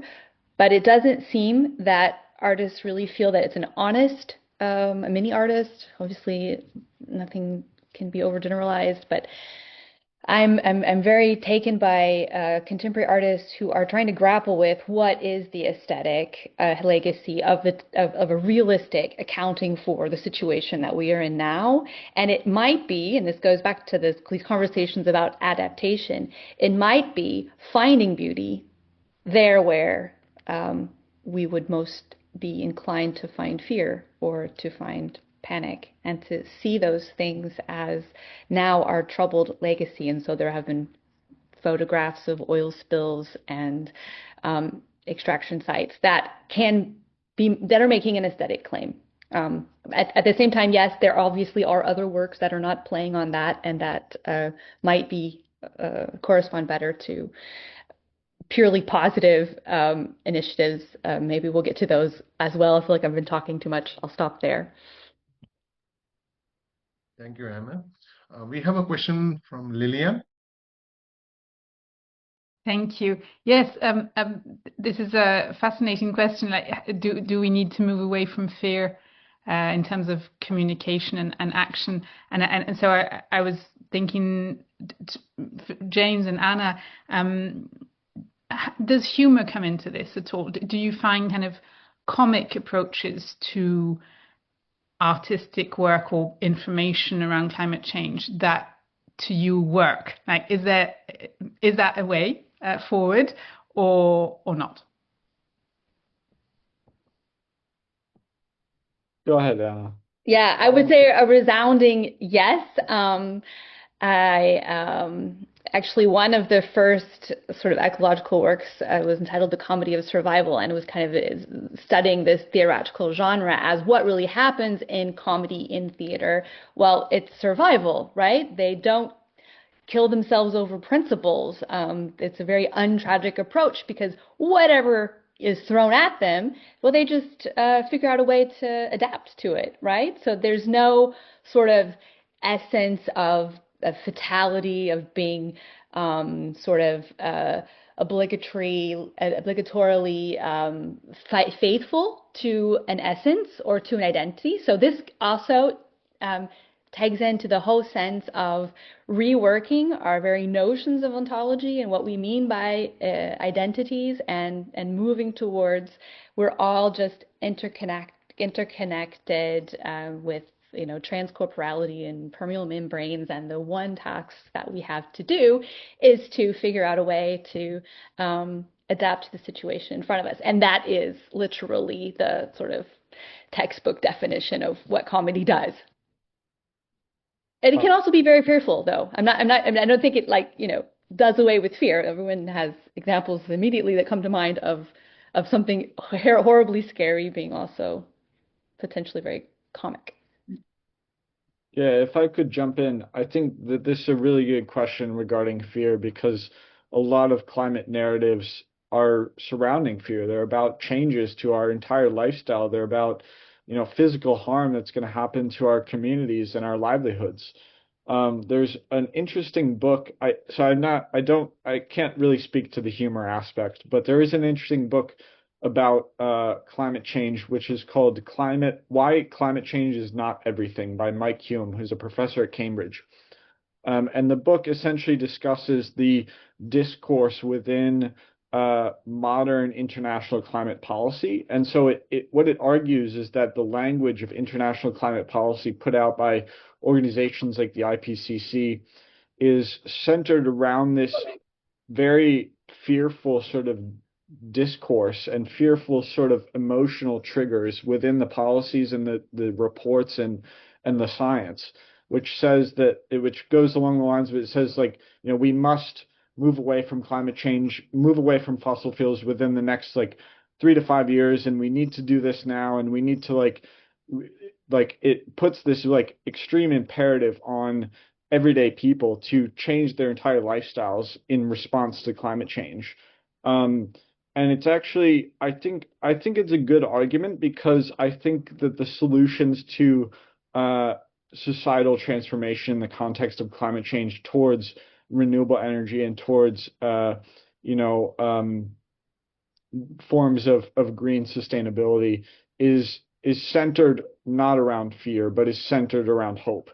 And so I think that the book presents an interesting critique of how the international climate policy space and international climate science has essentially brought on this very fearful sort of guise to the discourse around climate change and the discourse around how our society can bounce back from our foray into fossil fuels. Great. Yeah, super interesting. Thank you both. We have a next question from François. Hi, thank you very much. Thank you very much, James, for your presentation. And when you talked about the way that climato-sceptic media could change their argumentation, I don't know if you were also affected, but in France there was a heat wave last month. And what was quite interesting in some climato-sceptic media was that they were saying that it was hot, but that it had been hot before, and that nothing had changed. And what I thought was interesting is that it was not a deniable about the present, it was a deniable about the past. And there was something of a fake past argumentation. And that brings my question to you and also to Anna and to everybody. Do you think that the past has a role to play in our current need for adaptation? Can we use memories? Can we use the past to help us face the new challenges? Or is it, to the contrary, something to put aside? Thank you. I can briefly answer this question. It brings up something Anna said earlier, actually, which is the concept of the Anthropocene.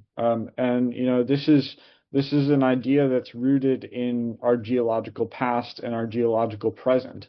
And I think a big form of climate misinformation that we saw a couple of years ago was regarding carbon dioxide concentrations in the atmosphere, which are now pushing more than 440 parts per million, which is, unprecedented in the last, at least, I don't know the exact statistic, but at least 10,000 years, if not more. And what people were saying maybe 5 or 6 years ago was that this concentration of carbon dioxide in the atmosphere of 300, 400, almost 500 parts per million was not unprecedented in recorded history, which is true. But I think the statistic in terms of the time period is like 1.3 million years in terms of the concentration. But that's true. But humans have only been on Earth for 200,000 years. We've never lived in an era of carbon dioxide concentration that's more than 250 parts per million. So these types of arguments can really be distorted by misinformation. And I think a lot of it comes down to a poor understanding of the science, a biased reading of, scientific reports and graphs, and a selective understanding of, what actually the statistics mean.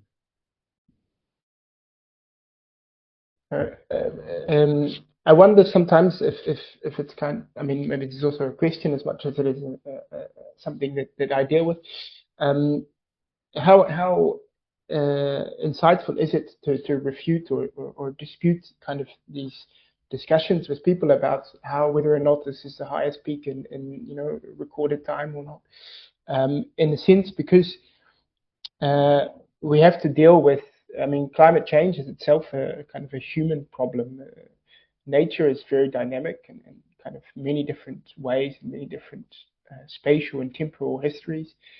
But climate change is something that we that needs to be dealt with on a very human level and for humans, I guess. And so I wonder often in these kind of discussions, what is the benefit of being very well informed in a statistic in order to dispute something that with someone that just doesn't want the change to occur.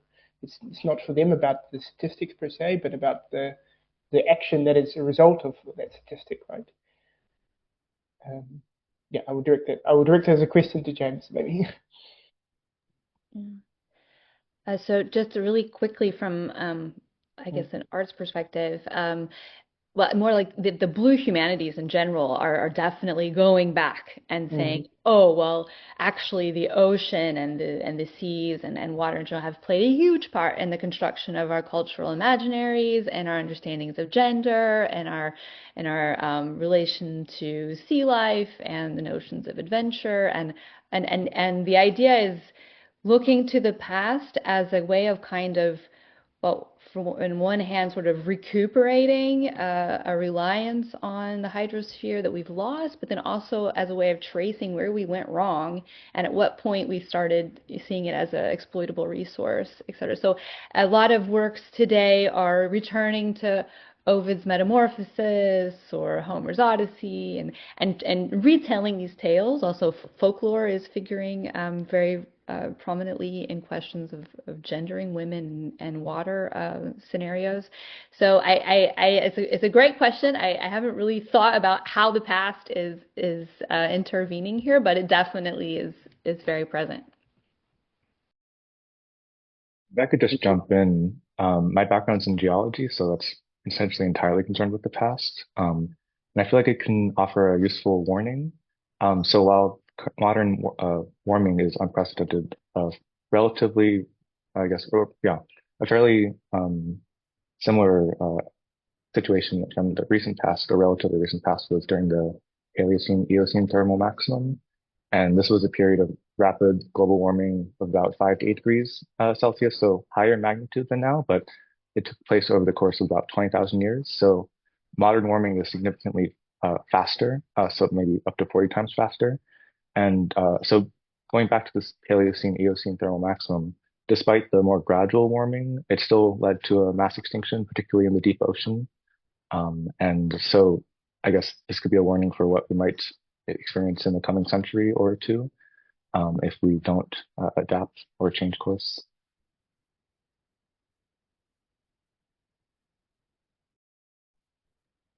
Thank you, Alex. I think Max has a question.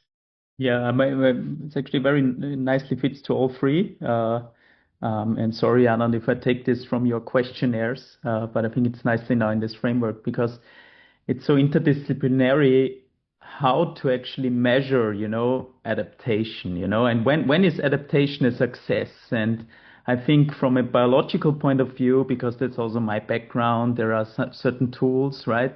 And maybe Alex can elaborate a little bit on this.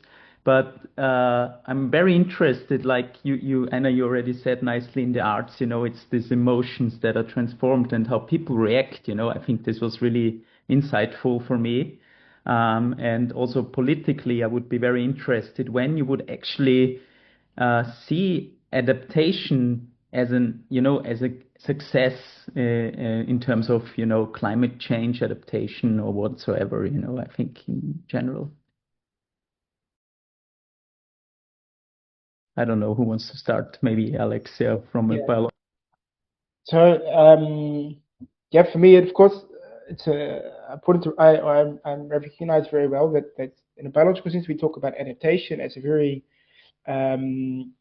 formal process whereby one generation over the next generation is fitter to the environmental conditions than the previous generation, and fitness is even specific enough to say it means that the offspring are more likely to produce offspring than the generation prior. And so we can measure adaptation and fitness in a very kind of statistical way. And I'm very much aware that this doesn't lead to, or it's different from the kind of success that we talk about when we talk about climate adaptation. And the known factor here is that I guess evolutionary adaptation or natural selection in this process has been good enough for ecology, for all of life, for 4 billion years. There's no need, kind of in a natural sense, to have success be foreseen or to go directional in this adaptation. And I think when we are producing plans or policy around climate adaptation, we are considering what is the progression beyond this first generational fitness that a natural-based selection might offer, but a first, the short-term, I guess, in whatever scale, success that is there. And I think that is really what is revolutionary about our time, is that we have that foresight in some sense. And I'm often hesitant to see the overlap here. And I guess what we define as success is something moral and ethical and a very personal level, maybe, but also in a very human way. And so it becomes political more than it is biological success. And I think that's important to remember for biologists working in this field.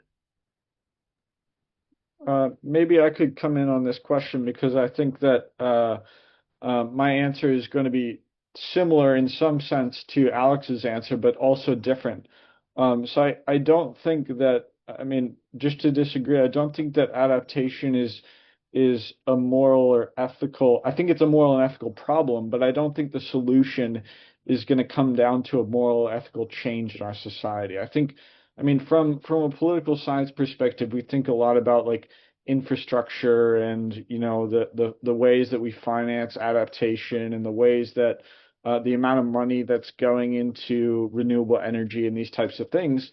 And so actually, in terms of the economic perspective, the success of adaptation would come from significant limitation to the damages done by extreme weather events. That includes, temperature rises and heat waves and stuff. So I think in terms of what it means for, and also I actually, the thing that I agree with what Alex just said is the evolutionary perspective. I think it's super interesting. I think that humanity has, to speak generally, humanity has evolved to become very technologically advanced. And in the process of becoming extremely technologically advanced, we've developed very powerful tools that can do great harm. And one of those tools is the use of energy through the production of electricity and the exploitation of fossil fuels. And the exploitation of those fossil fuels does great harm to the biodiversity on Earth, and it also is increasingly going to do great harm to the livelihoods of human citizens and human beings in the world, due to extreme weather events and the precariousness that comes with climate change. But I think one thing that Alex said that was really interesting, and that I think we could explore further, is the fact that humanity has evolved due to its ability to survive crises. So climate change is a crisis. It's going to affect our society for the next 300 years, if not more, probably. And how we evolve based on our reaction to climate change is going to shape the way that we adapt to the effects of climate change. And what that looks like in a couple hundred years, no one really knows, because we don't know if we can, completely wean ourselves off of fossil fuels in the next 30 to 40 years, which would be equivalent to, maintaining 2 degrees warming of Celsius and achieving net zero by 2070 or 2080. That would be interesting, and it certainly would be obviously quite, in terms of this audience, it would be a very good thing, because I think we can all agree that we want to achieve net zero at some point in the next 50 to 60 to 70 years. But how we evolve after the achievement of net zero is going to be very interesting, because obviously we're going to have to source our entire energy consumption on something completely different, and we haven't seen what that would look like yet. So in summary, I think that we will encounter severe moral and ethical problems on this journey, but I don't think that the outcome of adaptation is going to be a moral or ethical shift. I think it's going to be an economic shift in the way we organize our societies and the way we source energy.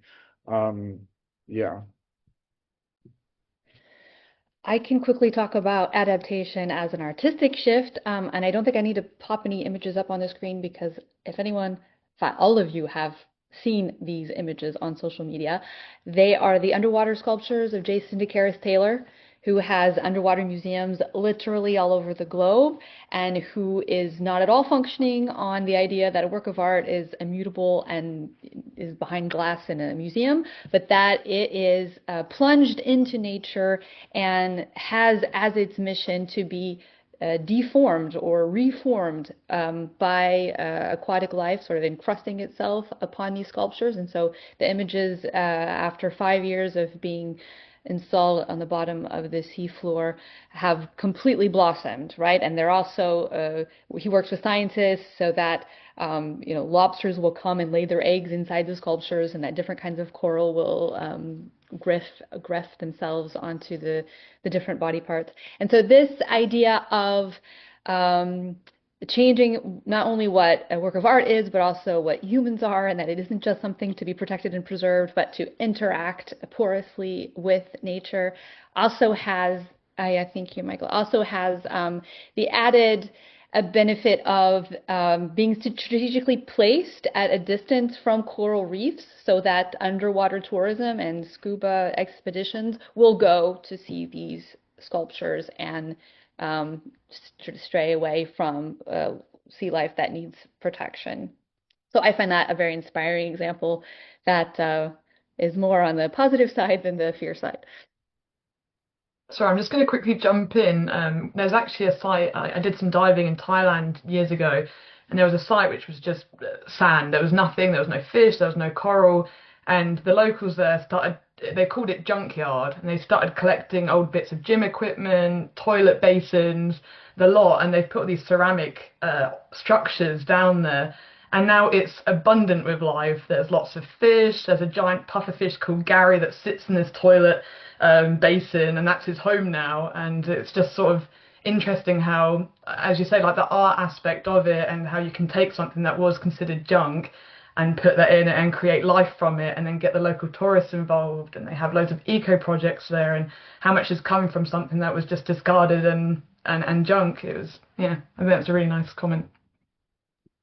And on this same theme, there's this Italian fisherman, Paolo Fucciuli, who was fighting against the bottom trawlers, so the ship fishing boats that would come too close to the coast and were just sort of destroying his fishing area. And so he tried attacking the boats. He tried putting barbed wire in the water, and he kept getting arrested, actually. And then he had the idea to have sculptures sculpt these blocks of cement that then he put at the bottom of the sea, and now it's become, there's like a association that is helping him do this on a large scale. Now there have been like 200 of these, and the fact that they are classified as works of art means that they can't be moved, right? And so they prevent the bottom trawlers from scraping the bottom of this part of the Mediterranean, which also I feel is a brilliant artistic intervention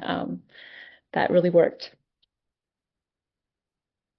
Thank you, everyone. I think I have a question from Michael directed at Alex. Are the fish exceptional in their ability to evolve, or do all vertebrates have this ability? Yeah, so perhaps no, but all vertebrates and actually all forms of life have always had this ability. So what we really should consider is that evolutionary adaptation in this sense is just statistics and death, right? And death is almost always non-random, and this non-random death within a ecological system leads to adaptation, leads to shift. It's a very kind of basic process. And I think what is unique about this system is that it is firstly human-driven, or this change is human-driven. It's very much observable within a human life span, and I think the physical features of this mean that kind of it's an important case study, and economically it's very important, or economically it's a very clear problem. But I think this is really a fundamental understanding of evolutionary processes and ecosystem processes that should be understood kind of on a broader scale. Is that wherever death and life is non-random, there will be change and adaptation, and this will be often genetic, and this will be something that will affect future generations. And we kind of need to know this to understand that. Also placing a toilet bowl in a sand barren system will lead to a change. And I think most of the time we believe that we understand that change and we can back it, we can stand for it, but also be aware that you might not understand that change. You might not be able to see the consequence of that interaction with nature. And this is maybe the moral or ethical point I speculate about. I think we probably don't know all of the consequences of all of our actions. We probably don't know 50% of the consequences of our actions. It doesn't mean we shouldn't try to understand those, but it's something we should be very much aware of as we progress. I would just like to add on that, actually, if I could. I completely agree with that, and I think it's quite interesting to think about the future effects of our current actions. So obviously, we're still emitting significant amounts of greenhouse gases into the atmosphere, and the future effects of that emission are yet to be felt. So even today, we're not feeling the effects of the greenhouse gases that are being emitted today. We're going to feel those in 20 years. The temperature increase is going to continue to rise over the next 20 to 30 years, and that's already baked into what has happened now. So I think that's really interesting aspect of this the scenario that we find ourselves in, is that the evolution of our ecosystems are continually changing, and what we do now is not going to affect our societies until 20 or 30 years from now, and that change is irreversible. So the other thing I would say, in terms of the significance of the changes, is like I mentioned before, these tipping points and these significant ecological shifts that happen with the accumulation of small micro level changes to the temperature, is like the melting of the permafrost. These things are going to. I think people don't realize exactly how dire the situation could be in even 10 years because of the radical phase transition that happens with the breach of one of these tipping points. I think thing that we really have to be concerned about, and we really have to. I think there's not enough research on. I mean, and I'm talking economically as well. There's not enough research on what will happen. I mean, people realize that the sea could rise 3 meters with the melting of the East Antarctic ice sheet, but what does that actually mean? Like, what are the conditions that will actually lead to that change, and what are the conditions that change will thereby affect within the viability of coastal communities all around the world? I think we don't know enough about these things. Thank you, James. Now we have some general questions. How do we recognize or measure successful adaptation? What counts as evidence of adaptation in your respective fields? Are there indicators that adaptation has occurred, or do we only know it in hindsight?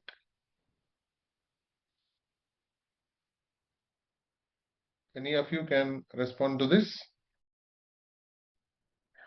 Well, I have, I guess, a pessimistic.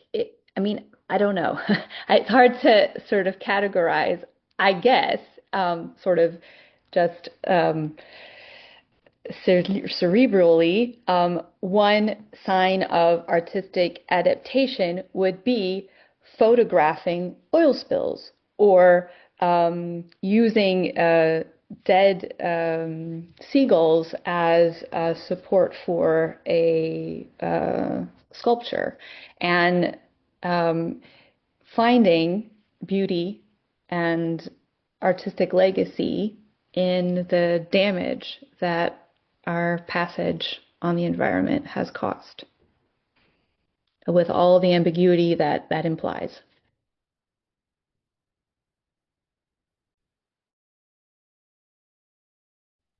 So my my way to address this, or to think about this, how do we recognize or measure successful adaptation? I mean, I realize that the study system I study is an evidence of successful adaptation in a biological sense. Here, these fish have changed their phenotypes, or selection has changed their phenotypes and led to a population that can survive under the new conditions. So in that sense, it's very successful. Economically, it's very bad because the fish are smaller, there's less food to eat from these fish. So the success there is also definitely not present. And in the long-term sense, it's also a dramatic problem because the fishermen that have arrived for the good fishing conditions are searching for the economic gold of these fish and will continue to apply the pressure and lead to kind of a vicious cycle of worse conditions. So successful, I then have kind of no way to answer if this is successful or not. And I think it's just a clear pattern of complex interactions, and it's where also evolutionary adaptation becomes a little bit uncomfortable. And then the argument could be that you allow nature to interact with itself and continue to interact with itself. And the economic shift has to take place somewhere else. But yeah, I find this a very difficult thing to address, even on a very small example that I'm working on. Yeah, so just to jump in, I think, one way that we recognize and measure successful adaptation is in contrast to mitigation. So I think, one way to think about how we measure and recognize adaptation is in contrast to mitigation. So obviously mitigation is relatively easy to understand. Like we just stop emitting carbon dioxide, we stop emitting greenhouse gases into the atmosphere, we stop eroding coastal sea lines and destroying coral reefs through the acidification of the ocean. Those are like very tangible and recognizable benefits that mitigation would provide. Whether we actually are able to achieve those is another question, but at least they're more recognizable than successful adaptation. At least I would argue, because successful adaptation it's simply the absence of damages. So like if we think about someone, I can't remember who mentioned the Thames barrier. I think it was Christina. The Thames barrier prevents London from being flooded when the sea level rises. How do we measure the impact of the Thames barrier? Well, we really can't, because we don't know how much damage the flooding would cause if the Thames barrier were not to operate as it would. So I think it's more challenging to measure successful adaptation.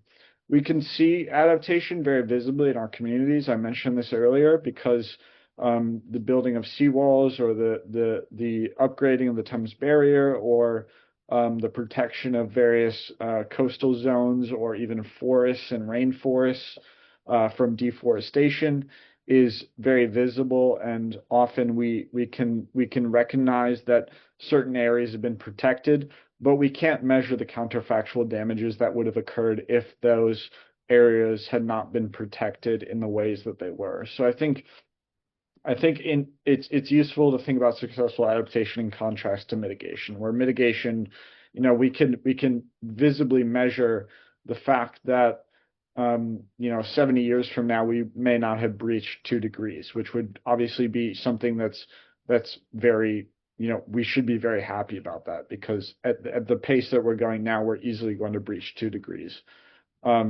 So we can measure, the level of temperature rise and the level, like I mentioned before, the parts per million of carbon dioxide, but we can't measure damages that have been foregone due to preventative measures.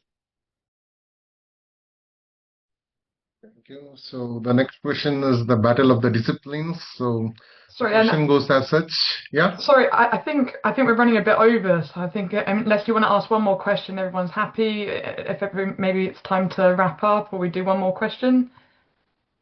Maybe I have one more question to all 3 of them, like to wrap it up. So what you kind of, I'm becoming a dad in November, so I'm getting very anxious a bit about, the future and everything. Coming from different disciplines, how do you expect, like, my child in, I don't know, 20 years or whatever, will, what kind of life will it have? Do you think that we as humans will adapt fast enough to the challenges we have? Because I truly want to believe this is true.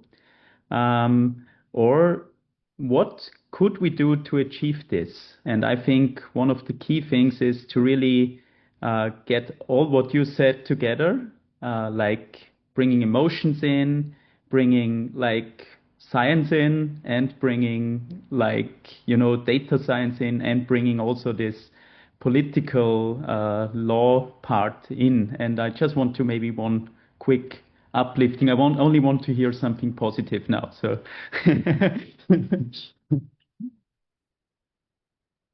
I could start. I have two things to say. I think one, everyone will be a climate activist. Like everyone around the world, I think will be a climate activist. Because everyone will have realized that we need to make the green transition and we need to make it now. And also, I think in the next 5 years, the best case scenario for global development and green adaptation and mitigation will be that we get a new set of sustainable development goals. And I think that's something that your child should look forward to and that you can do now to make the best possible life for your child. I mean, the truth is, I really believe that biological systems, if not humans, among those biological systems, are resilient. Actually, by definition, they are a consequence of lots of change. They are undertaking lots of change, and they are part of a future of lots of change. And I don't want to kind of undersell a sixth major extinction, but I recognize that it's the sixth major extinction. So on a more than 20 years term, I guess. I think the truth is the worst outcome of everything is that humans themselves are to go extinct. It'd be the worst possible thought we could have. But paired with that is that life will carry on, right? So without humans, life will carry on. So this gives me some level of biological hope. In the shorter term, I want to recommend a book, as James did as well. This is called Not the End of the World by Hannah Ritchie. It's maybe familiar to some people. And I think one of the arguments made here that I realize is valuable to hear is that we are both kind of in the worst climatic situation we have ever been in, but we also are the most informed about it, and we are the best at dealing with it. And so one of the points James made is if the goal is to kind of mitigate or to be able to adapt and deal with natural disasters in a way in which we kind of reduce death, then we are now better positioned to do that than ever before. And that I think is an important thing to recognize.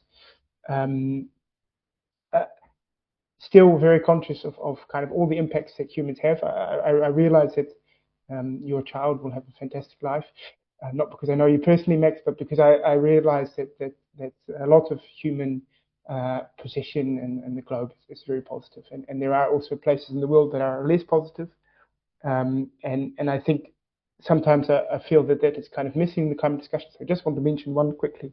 I work, of course, in Malawi, and I've been there twice on field work.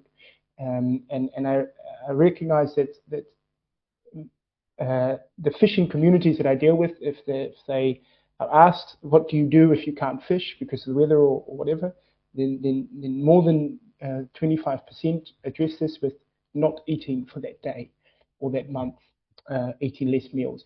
And I think this is kind of a dramatically acute problem, much more acute and problematic than thinking about what the Thames Barrier does for London over the 30-year time span. So if there is my plea for your child to work on climate adaptation in other countries than the UK or let's say globally, I would much advocate it. Yeah, that was a long rambling answer, but I hope you took something positive out of it. Yeah, I just want to echo a beautiful way of ending. I know that all of you probably heard when Kafka was asked if there was hope, and he said, "No end of hope, plenty of hope, just maybe not for us." And so that's kind of going along with what Alex is saying. But at the same time, I think that in 50 years, what a beauty and a good life mean will be completely something else. And so I don't think we can use our categories now to sort of predict what it will be for them. But as we've been mentioning, we've made such a big mess of things now that I have a hard time thinking that that the difference of what it will mean to have a good life will not have adapted happily in better ways. Thanks so much. These were so nice words. I think we cannot end this session in a better way. Christina, Michael, or anyone, Liliane, you want to add something till the end? Maybe we can post once more the questionnaire, the QR code with the questionnaire, Christina, so people can take the questionnaire. Otherwise, I wish, so I thank you all for being here today, for taking the time. We did a little bit overtime now, but I think it was a very nice discussion, and I did not get bored at all, which I was expecting, of course. And I think we really were lucky to have 3 very competent people here that really brought nice insights from various fields, and I think that's all together also the whole idea of UFI and the whole network is to really connect different disciplines. And considering this, I wish you all a pleasant weekend and hope to see you soon in future webinars, and yeah, and maybe even in person one day, who knows? And thanks to everyone involved and for organizing. Thanks to the organizers. Thank you. Yes, thank you. It was lovely. Thanks so much for coming, everyone. It's been really good fun. And yeah, hopefully we can have more discussions like this. I'm sure BioYUFE will continue to do sessions like this. And yeah, another massive thank you to our guest speakers for joining for the workshop. It's been really, really great.